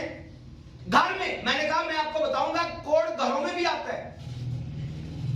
जब घर में कोढ़ आए तो उस घर का मालिक जाकर काहिन को खबर दे। मतलब खुद ब खुद ही फैसला नहीं लेना है, जाकर काहिन को बताना है क्या कि मेरे घर में कोढ़ आ चुका है। आकर पादरी साहब इसको देखो। फिर कि मुझे ऐसा मालूम होता है घर में कुछ कि उस घर में कुछ बला सी है। तब काहिन हुक्म करे इससे पेशतर के उस बला को देखने के लिए काहिन वहां जाए। लोग उसको घर खाली करें, लोग पहले क्या करें? उसको खाली करें, घर को खाली करते, सामान उठाएं और उठाकर सारा सामान घर से बाहर रखते, ताकि जब काहिन आए, अगर उसने कह दिया कि घर नापाक है, तो फिर आपकी सारी चीजें ही नापाक है। घर नापाक है तो फिर सारी की सारी चीजें ही मौजा करो। तो क्या करना है? पहले घर को खाली करना है। फिर क्या हुआ? ताकि जो कुछ घर में हो वो नापाक ना ठहराया जाए। इसके बाद काहिन घर को देखने को अंदर जाए और उस बला को मुलाकात करे। आपने आज गौर करना है, अपने अपने घरों पर बैठे नक्शा खींचना है, अपने अपने घर पर नक्शा खींचना, देखना है अपने घरों को कि जो यहां पर लिखा है ऐसा है तो नहीं। पढ़िए, दोबारा पढ़िए बेटा। लिखा है उस बला को मुलाकात करे, अगर देखे कि वो बला उस घर की दीवारों में कैसी सब्जी या सुर्ख मिला गहरी, सब्जी या सुर्ख मायल गहरी लकीरों की सूरत में। कभी देखा घर में सब्जा ईंटों में चढ़ा हुआ है? कभी देखा है? या आपके घरों में कोड लगा हुआ है? घरों में पूरा पूरा घर कोड ही बना हुआ है, नहीं पता हम नापाक घर में रह रहे हैं। कभी रिवाज आपने सुना है कभी घर को मुकद्दस करने का? कभी किसी ने कहा और ये आपके घर को मुकद्दस करना है? कभी किसी ने बुलाया आओ हमारे घर को मुकद्दस करो, पाक करो? कभी ऐसा सुना? कभी आपने? दूर दूर तक कभी हुआ है? क्योंकि लोग नया घर बनता तो फिर करते हैं, जब नया घर बनता है फिर करते हैं, लेकिन जब कोड आ जाए, जब कोड आ जाए क्या होता है सर? कि पूरे का पूरा घर सबज हो है, इटा सबज हो, यानी बाथरूम सबज हो है, फंगस लगी हुई है। ये फंगस कोड है, ये बाइबल उसको कोड कह रही है। ते पूरियां इटा पूरियां टैला सबज हो यानी। कभी घर को साफ करने का जहन में आया हो कि हमारे घर में कोड लगा हुआ है, इसको पाक करना है, और फिर ऐसे कोड़ी घर में रहकर कोई पाक कैसे रह सकता है? फिर कहते दुआ नहीं होती है, बाइबल स्टडी नहीं होती है, गिरजे जाने को दिल नहीं करता है, पाक रहने को दिल नहीं करता है, कई कई दिन नापाकी में गुजर जाते हैं। क्यों? और भाई जिस घर में आप रह रहे हो आपका घर ही लानती है, कोड़ी है। बरकत कैसे आएगी? कहां से बरकत जारी होगी? आपके घर की दीवारें, आपकी ईंटें कोड से भरी हुई हैं। और फिर क्या लिखा है? तो काहिन घर से बाहर निकलकर घर के दरवाजा पर जाए, घर को 7 दिन के लिए बंद कर दे। और वो 7 बंद क्यों करना है? इसका भी रीजन क्या है? ये फंगस लगती क्यों है? ज्यादा सैलाब की वजह से, ज्यादा पानी लगने की वजह से। क्या करना है? 7 दिन तक दरवाजे को, ताकि ना पानी आए ना सेम आए। तो जब खुश्क हो गया तो घर साफ हो जाएगा। नहीं अगर खुश्क होया, अगर ऑटोमेटिकली करना जो पानी निकलने है तो पानी मिलता जा रहा है, तो कोड बढ़ता जा रहा है। फिर अगला मामला है, क्या मामला है?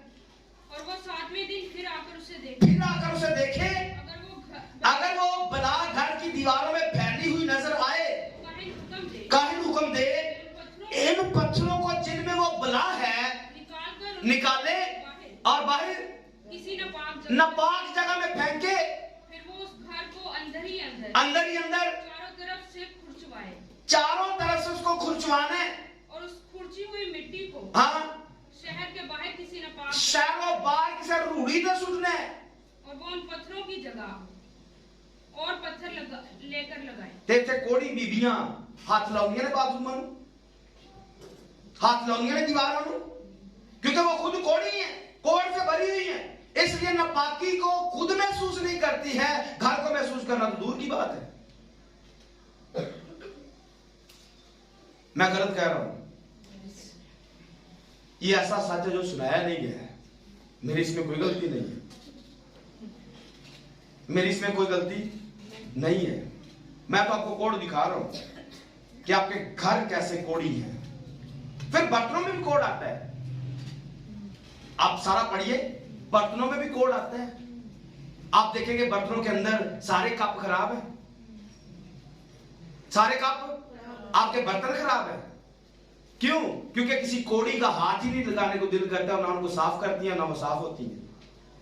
देचकियां कोड़ी, भांडे कोड़ी, देचकियां पराता कोड़ी, कप कोड़ी, गंदे टूटे बर्तन, क्या है? ये लानत की निशानी है।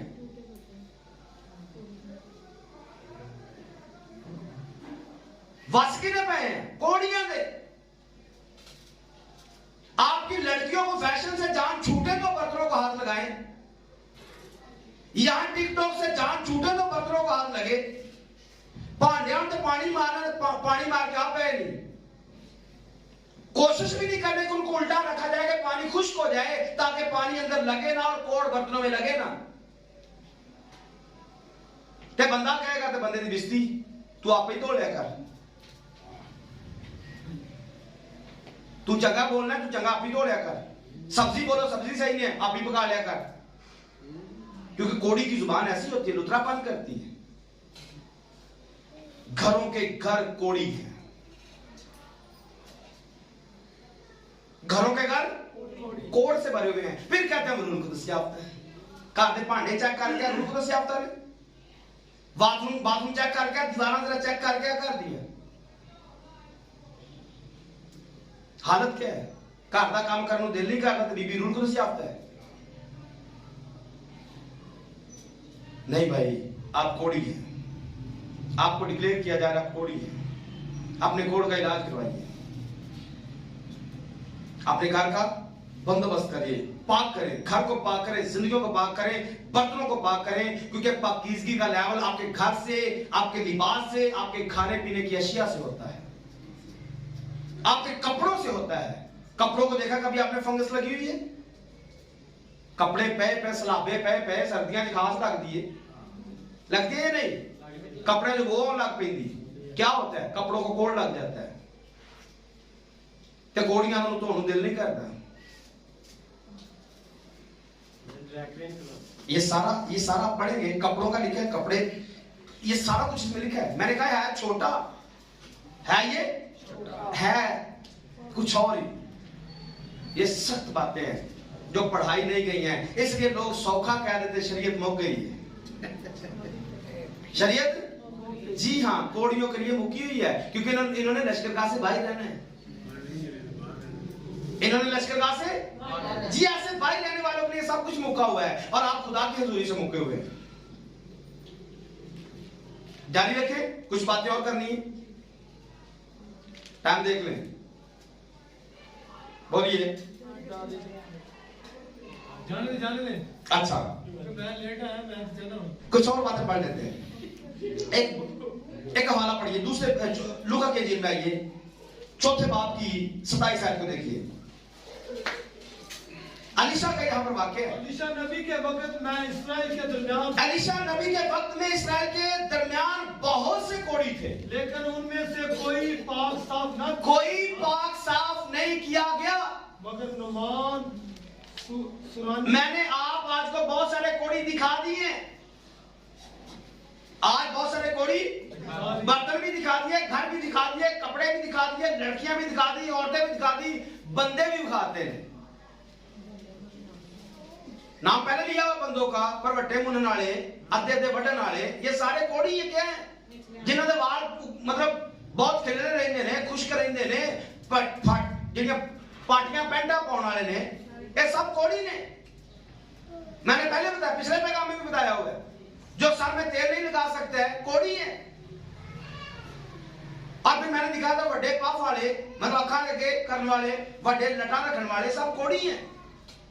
कलाम के बाहर प्रोग्राम चलने वाला सब कोड़ी है।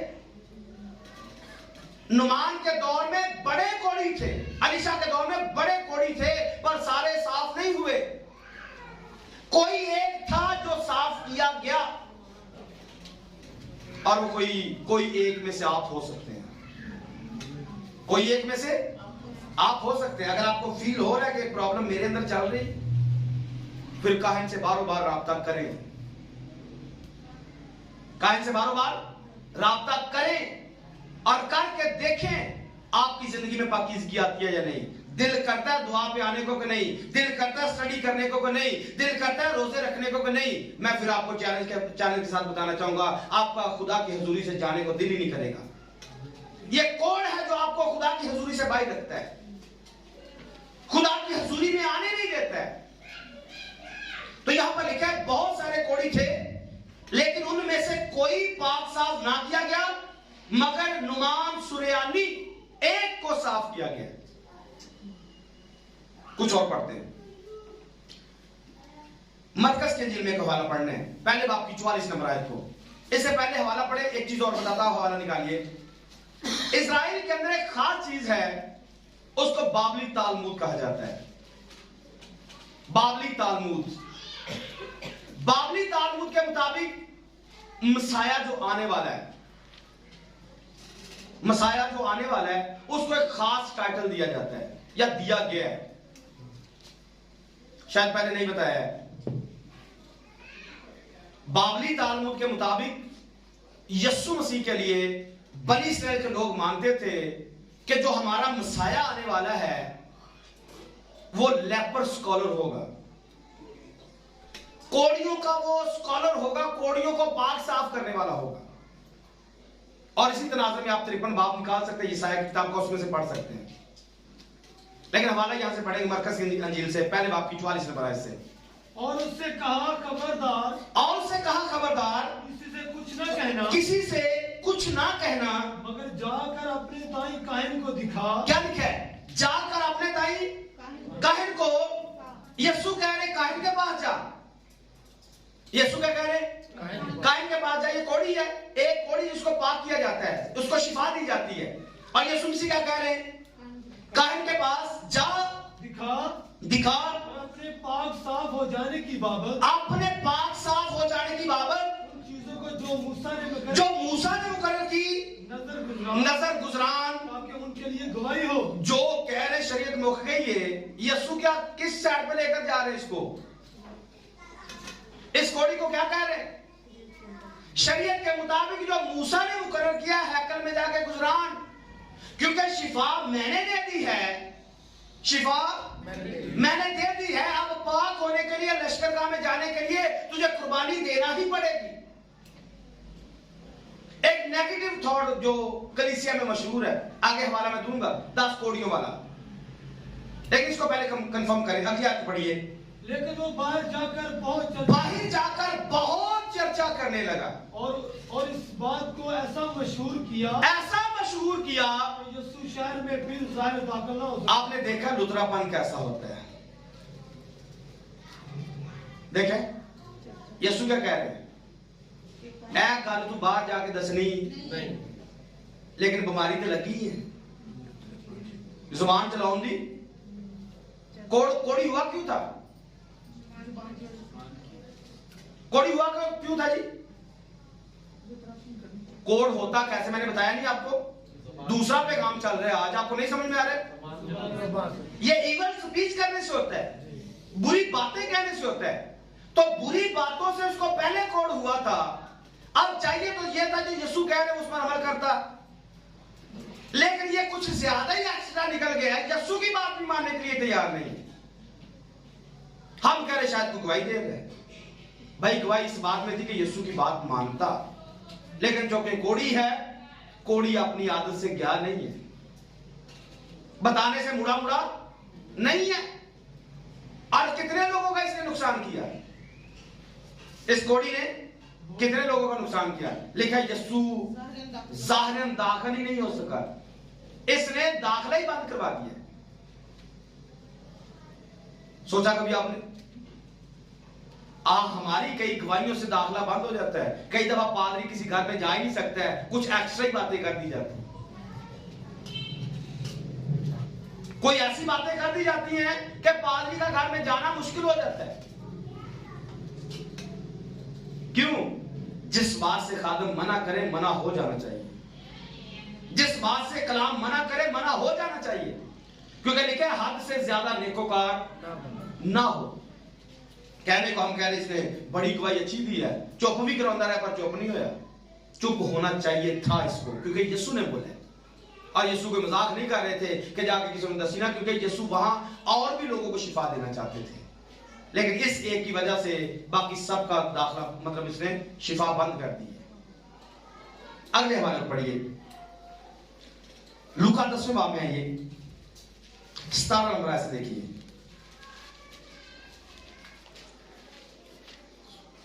कौन सा वाला होता है? वो 70 खुश होकर नहीं, या 17 बाब निकालना है, लूका 17वां बाब निकालना है, उसकी 12 ऐसे पढ़ना है। और एक गांव में दाखिल होते वक्त 10 कोढ़ी उसको मिले। एक गांव में दाखिल होते हुए 10 कोढ़ी उसको मिले। उन्होंने दूर खड़े होकर बुलंद आवाज से कहा, ऐ यीशु साहिब हम पर रहम कर। पढ़िए। उसने उन्हें देखकर कहा, जाओ क्या करो? अपने काहिन को दिखाओ। क्योंकि शरा क्या है? जाना किसके पास है? काहिन देखेगा। शिफा मैंने दे दी है, काहिन देखेगा। और ये यीशु की बात मान रहे हैं। हमने नेगेटिव थॉट पेश किया कि 9 नहीं वापस आए। और भाई वापस क्यों आना था? यीशु ने भेजा ही उनके पास था। यीशु ने उन कोढ़ियों को भेजा ही काहिनों के पास था, और वो काहिनों के पास चले गए। अगली बात तो मुकाशफा है, जो एक को मिल गया है। अगली बात तो मुकाशफा था कि भाई लावी की कहानत का सरदार काहिन तो यहां खड़ा है। बाबली तालमुद के मुताबिक हमारा लेपर स्कॉलर तो हमारे सामने खड़ा है। तो मुझे इसका शुक्रिया अदा करना चाहिए, मुझे इसका, क्योंकि जो हमने बाबली तालमुद में पढ़ा हुआ है आज वो मेरे सामने है, और उसे पता है कि ये मसाया है और यही निजात देने वाला है, यही कोढ़ियों को साफ करने वाला है। तो 9 ठीक यीशु की बात मानकर हैकल में गए, लेकिन इस पर मुकाशफा फर्क खुला है, इसलिए दूसरों से ये फर्क आया है। गुनाह उन्होंने भी नहीं किया है, गुनाह उन्होंने भी नहीं किया है, लेकिन हमने आज तक शो यही किया है इन्होंने गुनाह किया, यीशु के पास नहीं आए। और कई दफा हम अपनी शुक्रगुजारियों पे इसका रेफरेंस दे रहे होते हैं। ये 2 सिस्टम मैंने आपको शुरू में बताए हुए हैं। ये अपनी कुर्बानी गुजराने के लिए हैकल में गए हैं, लेकिन ये यीशु के पास आ गया है। या यूं कह लें कि ये आदम के वो बच्चों में शामिल हो गए जो पाकीज़गी के लेवल में है, लेकिन दूसरे जिस्मानी तहारत अपनी करवाना चाहते हैं, जिस्मानी तौर पर पाक होना चाहते हैं। इसे समझ में आ गया, यीशु ने कहा कि तरह कुर्बानियां तो भी जान छूट जाएगी। तो ये बहुत बड़ा डिफरेंस है जो यहां पर बताया गया। आज भी बहुत सारे हैं जो रूहानी मायनों में आ जाते हैं और बहुत सारे जो जिस्मानी बातों में लगे हुए हैं। आगे बढ़िए, बल्कि इसको छोड़ देते हैं। मत्ती 11 बाब में, ये 11 बाब की 4 और 5 आयत को देखिए। यीशु ने जवाब में उनसे कहा, ये यूहन्ना है और यूहन्ना अपने शागिर्दों को कह रहा है कि जाओ जाकर पता करो आने वाला तू है या हम किसी और की राह देखें, क्योंकि ये इंतजार कर रहे हैं लेपर स्कॉलर का। इनको पता है कि कोई आने वाला है, वो आएगा तो वो हमारे कोड साफ करेगा। तो यूहन्ना ने भेजा शागिर्दों को, जाओ पता करो आने वाला तू है या हम किसी और की राह देखें। फिर यीशु ने जवाब में उनसे कहा, जो कुछ तुम सुनते हो, देखते हो, जाकर यूहन्ना को बयान करो। अंधे देखते, लंगड़े चलते फिरते हैं, कोढ़ी पाक साफ किए जाते हैं, बहरे सुनते हैं और मुर्दे जिंदा किए जाते हैं, गरीबों को खुशखबरी सुनाई जाती है। आमीन। यशाया 29 बाब की 18 को देखिए, यशाया 29 की 18, इसमें लिखा है, और उस वक्त बहरे किताब की बातें सुनेंगे और अंधों की आंखें तारीकी और अंधेरे से देखेंगी। आमीन। जब यीशु आएगा अंधों की आंखें देखेंगी, बहरों के कान सुनेंगे। और यशाया 35 की 4 में आप पढ़ेंगे तो वहां पर कोढ़ियों का भी लिखा है, हरनियों की माने लंगड़े लिखा है, चौकड़ियां भरेंगे। क्यों? क्योंकि जब यीशु आएगा तब कोड साफ कर देगा। जब यीशु आएगा, मैं आपको बताना चाहता हूं, कोड़ियों की कुर्बानियां तो आपके सामने मैंने रख दी हैं। आप कभी भी पाक साफ नहीं हो सकते अगर आप जिस्मानी तौर पर इसको कुर्बानियों से पाक होना चाहेंगे, क्योंकि आज हैकल दुनिया में नहीं है। आज हैकल दुनिया में अगर आपको लगता है कि मुझे ये कोड लगा हुआ है, घर में लगा हुआ है या बाकी चीजों में लगा हुआ है, तो फिर आपको इस लेपर स्कॉलर की जरूरत है, इस मसाया की जरूरत है, इस यीशु की जरूरत है, जो जुबान से सिर्फ कह देगा तो हम शिफा पा जाएंगे और हम पाक साफ भी हो जाएंगे। दो ही तरीके, जैसे मैंने पिछले पैगाम में बताया था, दो तरीके। बच्चे पाक करवाने हैं, औरत को पाक करना है, मर्द को पाक करना है, या तो कुर्बानियां दो या फिर तौबा करके रूहुल कुद्दस हासिल करो। तो दोनों बातों में से आपकी दोनों बातें आपके सामने, दोनों में से आपने कौन सा डिसीजन लेना है? एक और खास हवाला जो मिस यूज किया जाता है या जिसको थोड़ा कम बयान किया गया, लूका के इंजील 10वें बाब की 25 आयत से 29 आयत में, इसको ज़बानी कर लेते क्योंकि टाइम नहीं है पढ़ने का। लूका के इंजील में यह वाक्य एक लिखा, यरूशलेम से यरीहो की तरफ एक बंदा जा रहा है और लिखा डाकुओं में गिर गया और लिखा डाकुओं ने उसे मारा कूटा, अधमुआ करके यानी मरने के ये करीब था, मरने के। अब 3 लोग वहां पर आए, बताइए कौन कौन से? काहिन, लावी और सामरी। और सामरी को नेक बोला गया, हालांकि सामरी नेक होते नहीं है।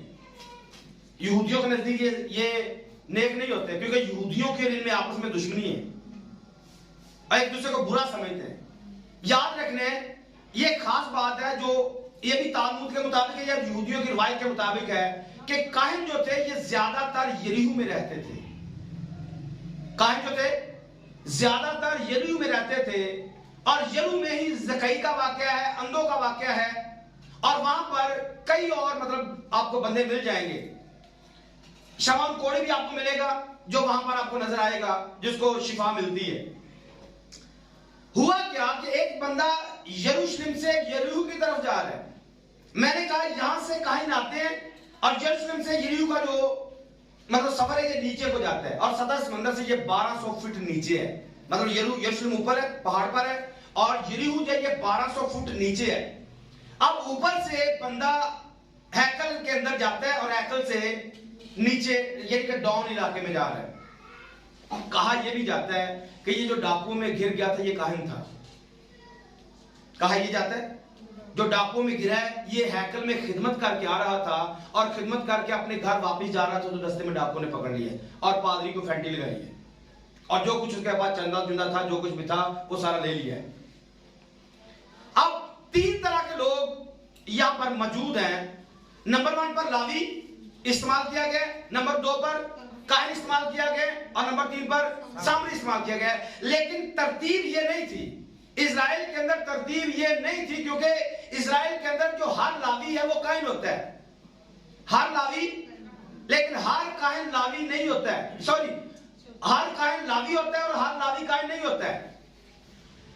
हर लावी पादरी नहीं होता है, क्योंकि वो पादरियों के घर पैदा हुआ है, वो पादरी नहीं है। पादरी बनने के लिए एक उम्र चाहिए, फिर एक तजर्बा चाहिए, फिर एक प्रोसेस में से गुजरना पड़ता है, फिर जाकर वो पादरी बनता है, फिर वो खिदमत करने के काबिल बनता है। तो मैंने कहा हर लावी काहिन, लेकिन हर काहिन लावी जरूर होता है। तो यहां पर आपको डिफरेंस मिलता है, एक लावी आता है, एक काहिन आता है। तो हम समझते हैं कि यार ये तो बंदे दोनों एक ही घराने के, लेकिन दो घराना एक है, लेकिन खिदमतें दोनों की फर्क है। अच्छा, लावी क्यों पकड़ना नहीं चाहता है? इस बंदे को हाथ लगाना क्यों नहीं चाहता है? और काहिन इसको हाथ लगाना क्यों नहीं चाहता है? यहां से हमने मतलब एक ट्रेंड पेश किया है कि पादरी सही नहीं है तो सामरी बड़ा ही खुदा परस्त है, ऐसा हमने दिखाया है और लगता भी ऐसा है।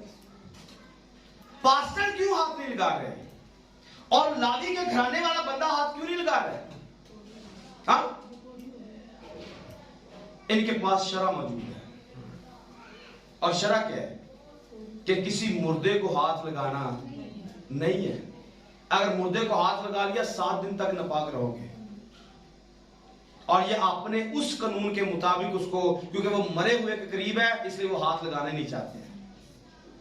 क्यों? क्योंकि उन्होंने हैकल के अंदर जाकर खिदमत करनी है, और अगर हैकल में जाते जाते ये नापाक हो गए, ये मरे बंदे को छू लिया, तो फिर तो 7 दिन तक ना हैकल जाएंगे ना खिदमत करेंगे, और जो हैकल में इनकी बारी है वो बारी से आपकी जो तरतीब दाऊद ने बनाई हुई है वो सारी की सारी जाती रहेगी। इसलिए खुदा ने जो ऑर्डर किया है, जो तरतीब हैकल की दी गई है, वो उससे आगे पीछे जा नहीं सकते। इसलिए उन्होंने दोनों ने हाथ नहीं लगाया, और सामरी ने हाथ लगाया। मैंने कहा ये लावी हो सकता है, ये काहिन हो सकता है जिसको मारा गया है, क्योंकि दूसरे मायनों में अगर आप पूरी तस्वीर को देखेंगे, इसका एनालिसिस करेंगे, तो आपको समझ में आएगा कि ये बंदा कोई और नहीं है, ये बंदा कोई और नहीं है, ये यीशु ही तो है जो हमारे लिए मारा और कूटा गया, जो डाकुओं में गिर गया, और वो एक काहिन है, और वो एक काहिन है जिसको हमारे लिए नंगा किया गया, और जो कुछ उसके पास था सब कुछ उसे छीन लिया गया और उसे अदमुआ करके छोड़ दिया गया। जब वो सारे भागे तो यीशु अभी तक मरा नहीं था, सब ने उसको छोड़ दिया था, जो अपने थे सब छोड़ के चले गए थे। तो ये हमारी तस्वीर है, और उसके बाद फिर तेल आएगा, और उसके बाद फिर पेमेंट आएगी। ये तेल रूहुल कुदस की अलामत है, और फिर उसके जख्मों को अच्छा किया जाना, ये रूहुल कुदस की अलामत, उसका इशारा है। तो दूसरे मायने में ये यीशु की तस्वीर है जो हमारे लिए मारा कूटा गया है, लेकिन जो ओवरऑल तस्वीर है उसमें ये काहिन है, लावी है, और इन्होंने हाथ क्यों नहीं लगाया? मैंने आपको इसकी वजह बताई है। नापाक होने की वजह से इन्होंने उसको बंदे को हाथ लगाना पसंद नहीं किया, हालांकि अगर लगा लेते तो अच्छा था, लेकिन उस बंदे ने पूछा था, क्योंकि वो एक उस्ताद है जो उससे आके पूछ रहा है, बता पड़ोसी कौन है, पड़ोसी कौन है। सवाल यह था कि पड़ोसी कौन है, तो फिर यीशु से ये तस्वीर निकाल के उसके सामने रखी कि बता इन तीनों में से पड़ोसी कौन है, क्योंकि मैंने कहा एक लावी है, एक काहिन है, और नंबर 3 पर इजराइली है। नंबर 3 पर इजराइल के अंदर 3 हिस्से बने हैं, एक लावी, एक काहिन, और एक बाकी सारे के सारे इजराइली। अब ये बंदा जो सवाल करने के लिए आया हुआ है, ये पूछना चाहता है कि कौन पड़ोसी है। तो जब यीशु ने कहा लावी और काहिन, तो तीसरा उसके अंदर फौरन से यही आ रहा है कि ये तीसरा इजराइल का पूछेगा, लेकिन यीशु ने सामरी का बताया।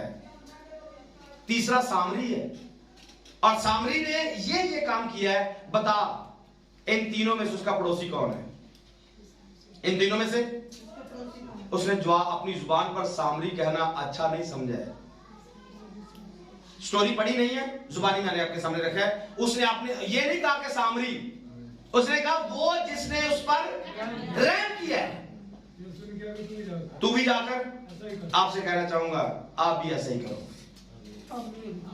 एक दूसरे पर रहम करो, एक दूसरे पर तरस खाओ, एक दूसरे को अगर किसी ने जख्मी कर दिया जुबान की वजह से, उसको मारा कूटा गया है, तो जाकर जख्म साफ करो।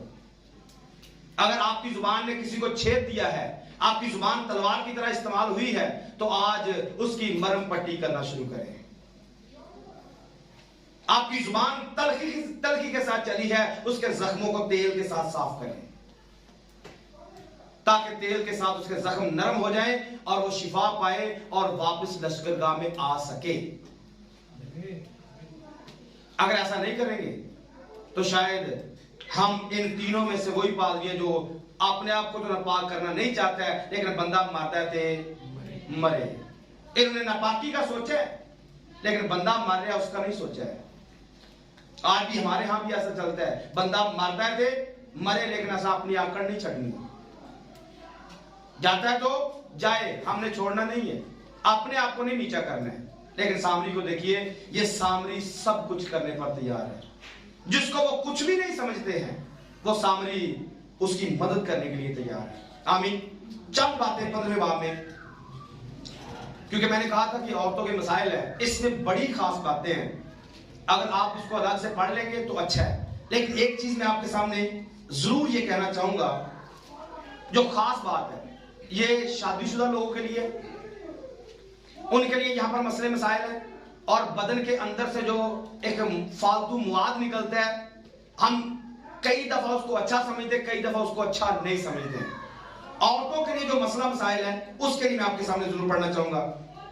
25वें आयत में लिखा है, बल्कि 25 आयत से पीछे 19वें आयत से शुरू होता है। देखिए, अगर किसी औरत के ऐसा जरियान हो कि उसे हैज का खून आए तो वो 7 दिन तक नापाक रहेगी, और जो कोई उसे छुए वो शाम तक नापाक रहेगा, और जिस चीज पर वो अपनी नापाकी की हालत में सोए वो चीज नापाक होगी, और जिस चीज पर बैठे वो भी नापाक हो जाएगी, और जो कोई उसको उसके बिस्तर को छुए वो अपने कपड़े धोए और पानी से गुस्ल करे और शाम तक नापाक रहे, और जो कोई उस चीज को जिस पर वो बैठी हो छुए वो अपने कपड़े धोए और पानी से नहाए और शाम तक नापाक रहे।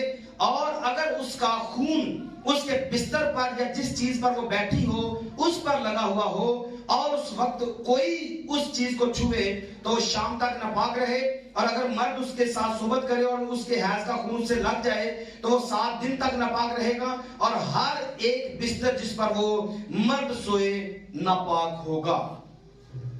आपने सुना है? आपको कैसा लग रहा है? औरत को हैज के मतलब दिनों में ये कितनी कोई अच्छी चीज नजर आई है। एक कुदरती अमल है। मैंने शुरू में बताया बागे अदन के अंदर 120 साल तक पहले आपको ये नजर नहीं आएगा। ये कब शुरू हुआ? बागे अदन से बाहर, अंदर नहीं। अब कंडीशन सेम है जो मैंने शुरू में बताई, लावी की कहानत, मलकिसिदक की कहानत, आदम के पहले बाग के अंदर वाले बच्चे, बाग के बाहर वाले बच्चे। अब यहां से भी अगर आपने सिस्टम को समझना है हमारे लिए क्या लागू है, आज की बेटियों के लिए, बेटों के लिए, औरतों के लिए क्या करना चाहिए। यहां पर तो नापाकी नापाकी नापाकी नापाकी लिखी हुई है। जिसको छुएगी वो चीज नापाक, जिस पर बैठेगी नापाक, बर्तन को हाथ लगाया नापाक, कपड़े को हाथ लगाया नापाक, जिस बिस्तर पर बैठी है लेटी है सब कुछ नापाक ही नापाक है। क्या करेंगे जब ऐसे दिन औरत पर आए, लड़की पर आए, उसे बिस्तर के साथ बांध देना चाहिए, रस्सियों के साथ, कि घर में नापाक ना कर दे। क्या करना चाहिए? एक मुश्किल मामला है जिसको डिस्कस नहीं किया गया है, और जो बेटियों के दिल में आता है वो कर लेती हैं, जो औरतों के दिल में आता है। और कई दफा बेटियां बस मां को ही पूछ लें, जैसा भी होता है बस वो कर लेती हैं। लेकिन यहां पर कुछ और भी बताया गया है जो पढ़ा नहीं गया है, मैं पढ़ना चाहता हूं।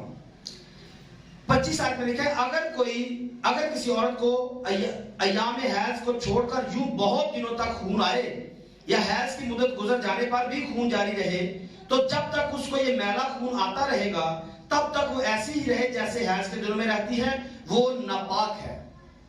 आपने 12 साल की औरत का सुना है? 12 साल से खून जारी है। क्या प्रॉब्लम थी? हैज था, हैज ठीक नहीं हुआ है, और 12 साल तक वो नापाक रही, बीमारी की हालत में रही। इसके हैज के दिन बीमारी में बदल गए। मतलब ये कुदरती अमल था, लेकिन ये अमल ऐसा गुजरा ये बीमारी में मुब्तला हो गई। और आगे लिखा है, और इस जरियान खून के कुल अय्याम में जिस बर्तन बिस्तर पर वो सोएगी वो हैज के बिस्तर की तरह नापाक होगा, और जिस चीज पर वो बैठेगी वो चीज हैज की नजासत की तरह नापाक होगी, और जो कोई उन चीजों को छुए वो नापाक होगा। वो अपने कपड़े धोए, पानी से गुस्ल करे और शाम तक नापाक रहे, और जब तक अपने जरियान से शिफा पा जाए, जब वो अपने जरियान से शिफा पा जाए तो 7 दिन गिने, तब उसके बाद वो पाक ठहरेगी। जब हैज के दिन चल रहे, हैज से एक्स्ट्रा दिन चल गए, तो जब तक उसका खून बंद नहीं हुआ उसके भी 7 दिन तक वो नापाक रहेगी। मुझे बताइए हमारी बेटियां ये पाक कब होंगी? औरतें पाक कब होंगी? और घर में पाकीज़गी किस दिन आएगी? पीछे हमने कोड़ का मामला देखा, कोड़ी कोड़ पीछे देखा, कोड़ी कोड़, मुंडे कोड़ी, भांडे कोड़ी, कंधा कोड़ी, कपड़े कोड़ी, सब कुछ कोड़ी। अब औरतों के मामले में आ गए।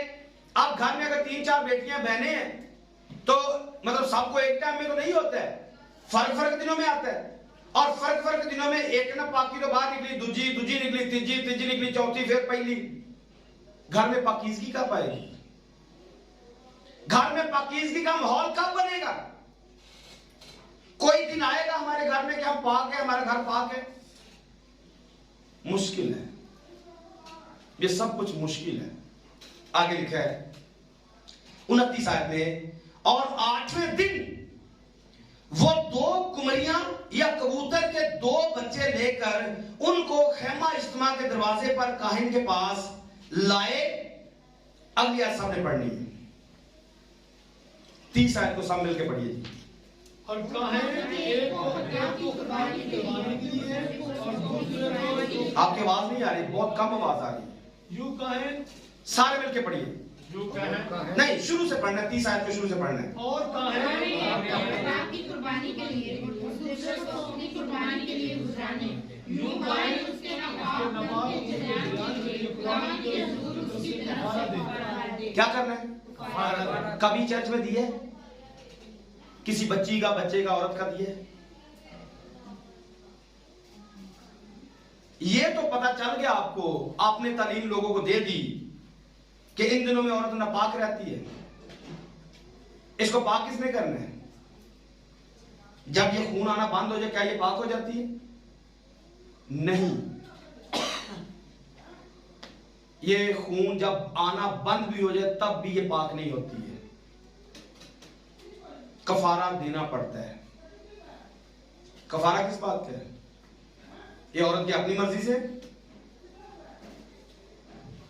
क्या ख्याल है?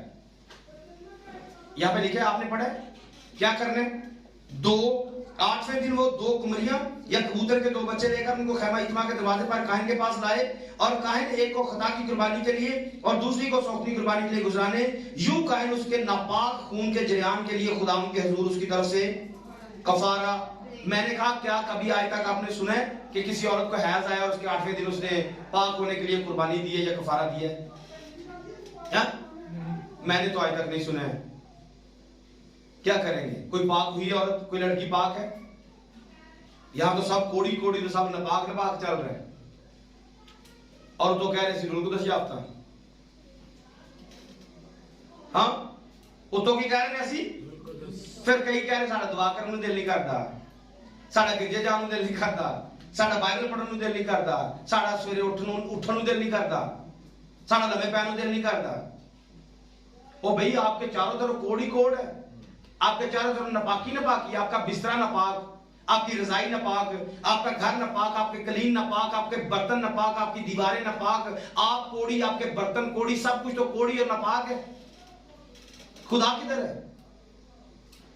और फिर दावे करते हैं खुदा की हुजूरी आज बड़ी ज्यादा सी, आज तक मैंने बांटे काट देते सन।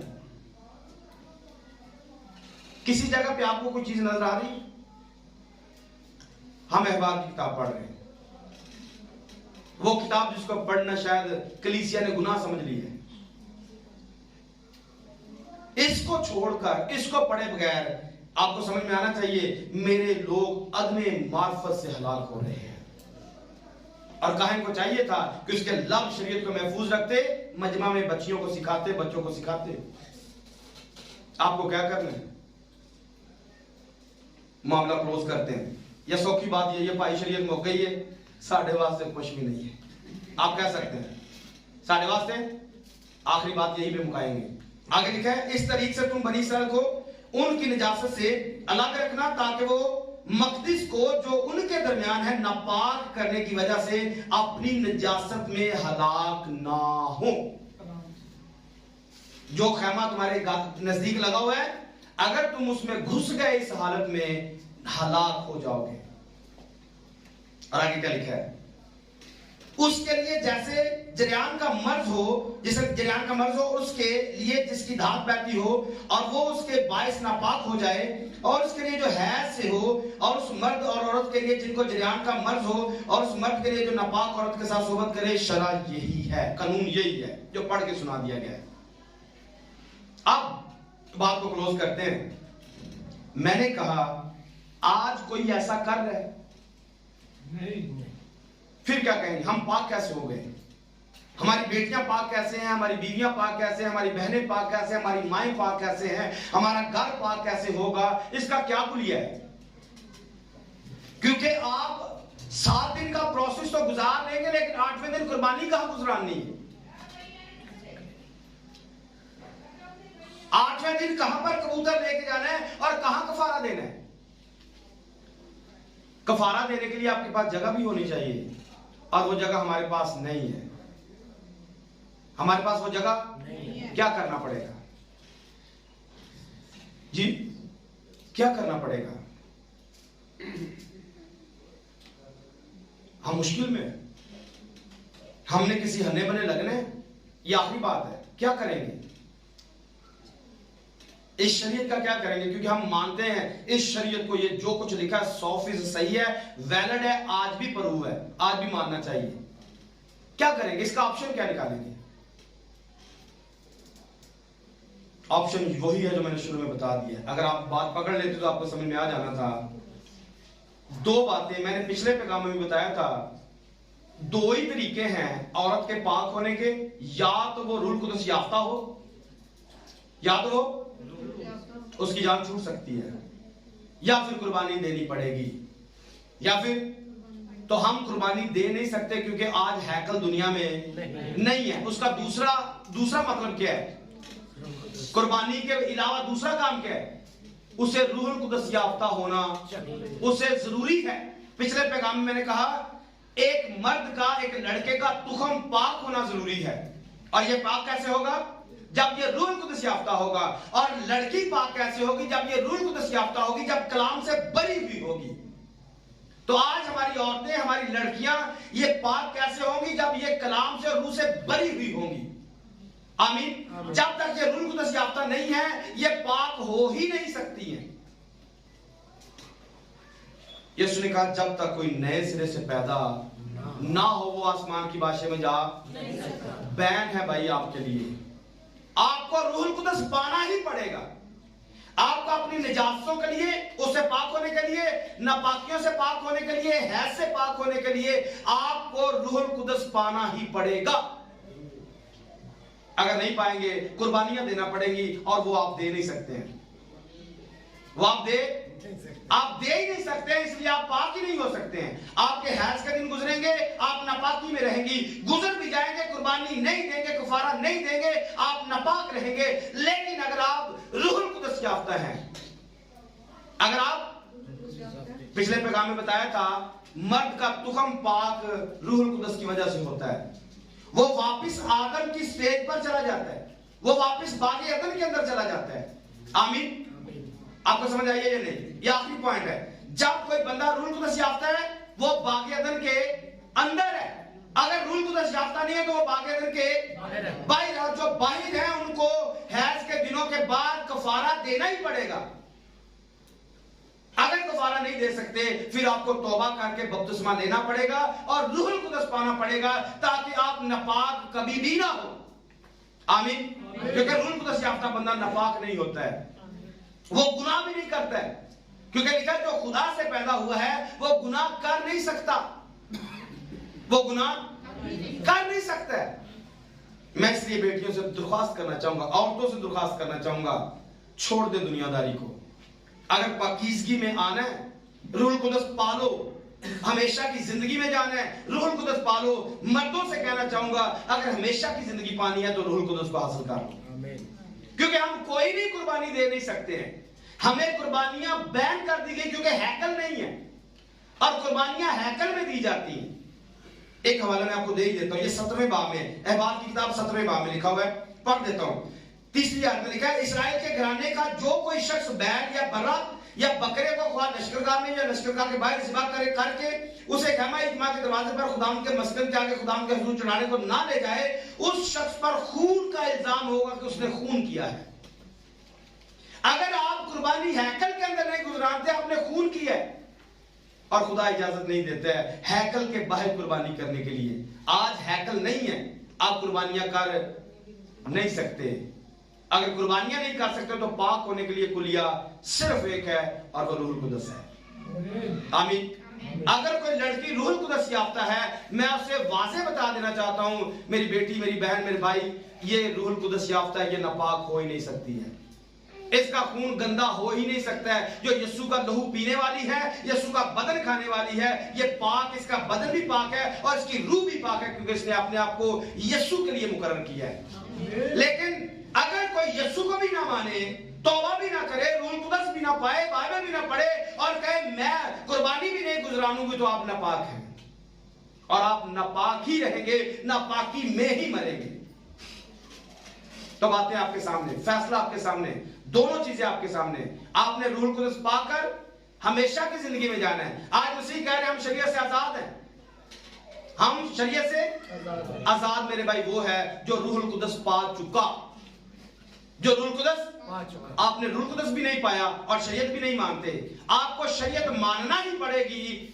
जो कुछ यहां पर लिखा है सेम मानना पड़ेगा। अगर रूहुल कुद्दस नहीं पाया तो, अगर पा लिया है तो उसके रूहानी मायने है कि खून यीशु का है और रूह यीशु का है। इस लहू को अपने ऊपर ले लो और यीशु के रूह को अपने अंदर बसा लो। आप पाक हो सकते हैं, आपकी हर चीज पाक हो सकती है, आपका जिस्म भी पाक हो सकता है, आपकी रूह भी पाक हो सकती है। आमीन। और जितनी बेटियों ने रूहुल कुद्दस पा लिया है वो पाक है। आमीन। वो पाक है, उनका लहू भी पाक है, उनकी जुबान भी पाक, उनके होंठ भी पाक, उनका रूह और उनका दिल सब कुछ पाक है, क्योंकि उन्होंने जो पाक जात है उसको अपने अंदर ले लिया है। और अगर वो पाक जात यानी कि रूहुल कुद्दस अंदर नहीं है, आप नापाक हैं, आप हर हालत में नापाक है। ये फाइनल है। आपको ये बातें 100% करनी पड़ेगी, आपको कफारा देना ही पड़ेगा अगर आपने पाक होना है। दो बातें फाइनली एंड पे वही है, बागेदन के अंदर की कंडीशन, बागेदन के बाहर की कंडीशन, इस लावी की कहानत और मलकिसेदेक की कहानत। औरत की नापाकी के दिन, बाग के बाहर वाले दिन और बाग के अंदर वाले दिन। मैंने कहा बागे अदन के अंदर आप हवा को ऐसा नहीं पाएंगे, बागे अदन के अंदर आप हवा को ऐसा आपको नहीं मिलेगा। आज की बेटियां जो रूहुल कुद्दस याफ्ता हो जाती हैं वो बागे अदन के अंदर उस हवा के साथ इंटर हो जाती हैं, वो पाकीज़गी के उस लैंड में चली जाती हैं जिसमें पाकीज़गी ही पाकीज़गी है, वह गुनाह का कोई आंसर नहीं है। लेकिन अगर गुनाह से मतलब गुनाह करके बागे अदन से बाहर निकल चुकी हैं, फिर आपको ये सब कुछ करना पड़ेगा। फाइनल है। तो फैसला तो आपका है, आसान काम करना है या मुश्किल काम करना है। और फिर फाइनल लिखा हुआ है जिसमें मसीह का रूह नहीं है वो उसका, वो चाहे बेटी है चाहे बेटा है, चाहे आप हैं जो सुन रहे हैं, कोई भी है, अगर मसीह का रूह आप में नहीं है आप फारिग हैं। तो मेरा ख्याल आपको बातें समझ में आई होंगी। दोनों बातें औरत की पाकीज़गी के ताल्लुक से, हैज के दिनों से या जरियान से। जरियान आपको बता दो ये लकोरिये की अलामत है, जिसमें बंदे औरत को प्रॉब्लम होती रहती है, वो नापाक रहती है जब तक ये लकोरिया चलता रहता है, नापाक रहती है। उससे भी पाक होने के लिए आपको रूहुल कुद्दस ही की जरूरत है। अगर नहीं पाया रूहुल कुद्दस, आपको वो कुर्बानियां देना पड़ेंगी। अगर कुर्बानियां नहीं दे सकते तो आपको रूहुल कुद्दस पाना पड़ेगा। तो फाइनली फैसला आपका है, क्या करना चाहते हैं। अगर किसी बात की समझ ना आए पैगाम रिपीट करके सुनिए, वरना मुझसे राब्ता करें, मैं मजीद आपको बता दूंगा। सो खुदा आप सबको बरकत दे। God bless you all. Praise the Lord.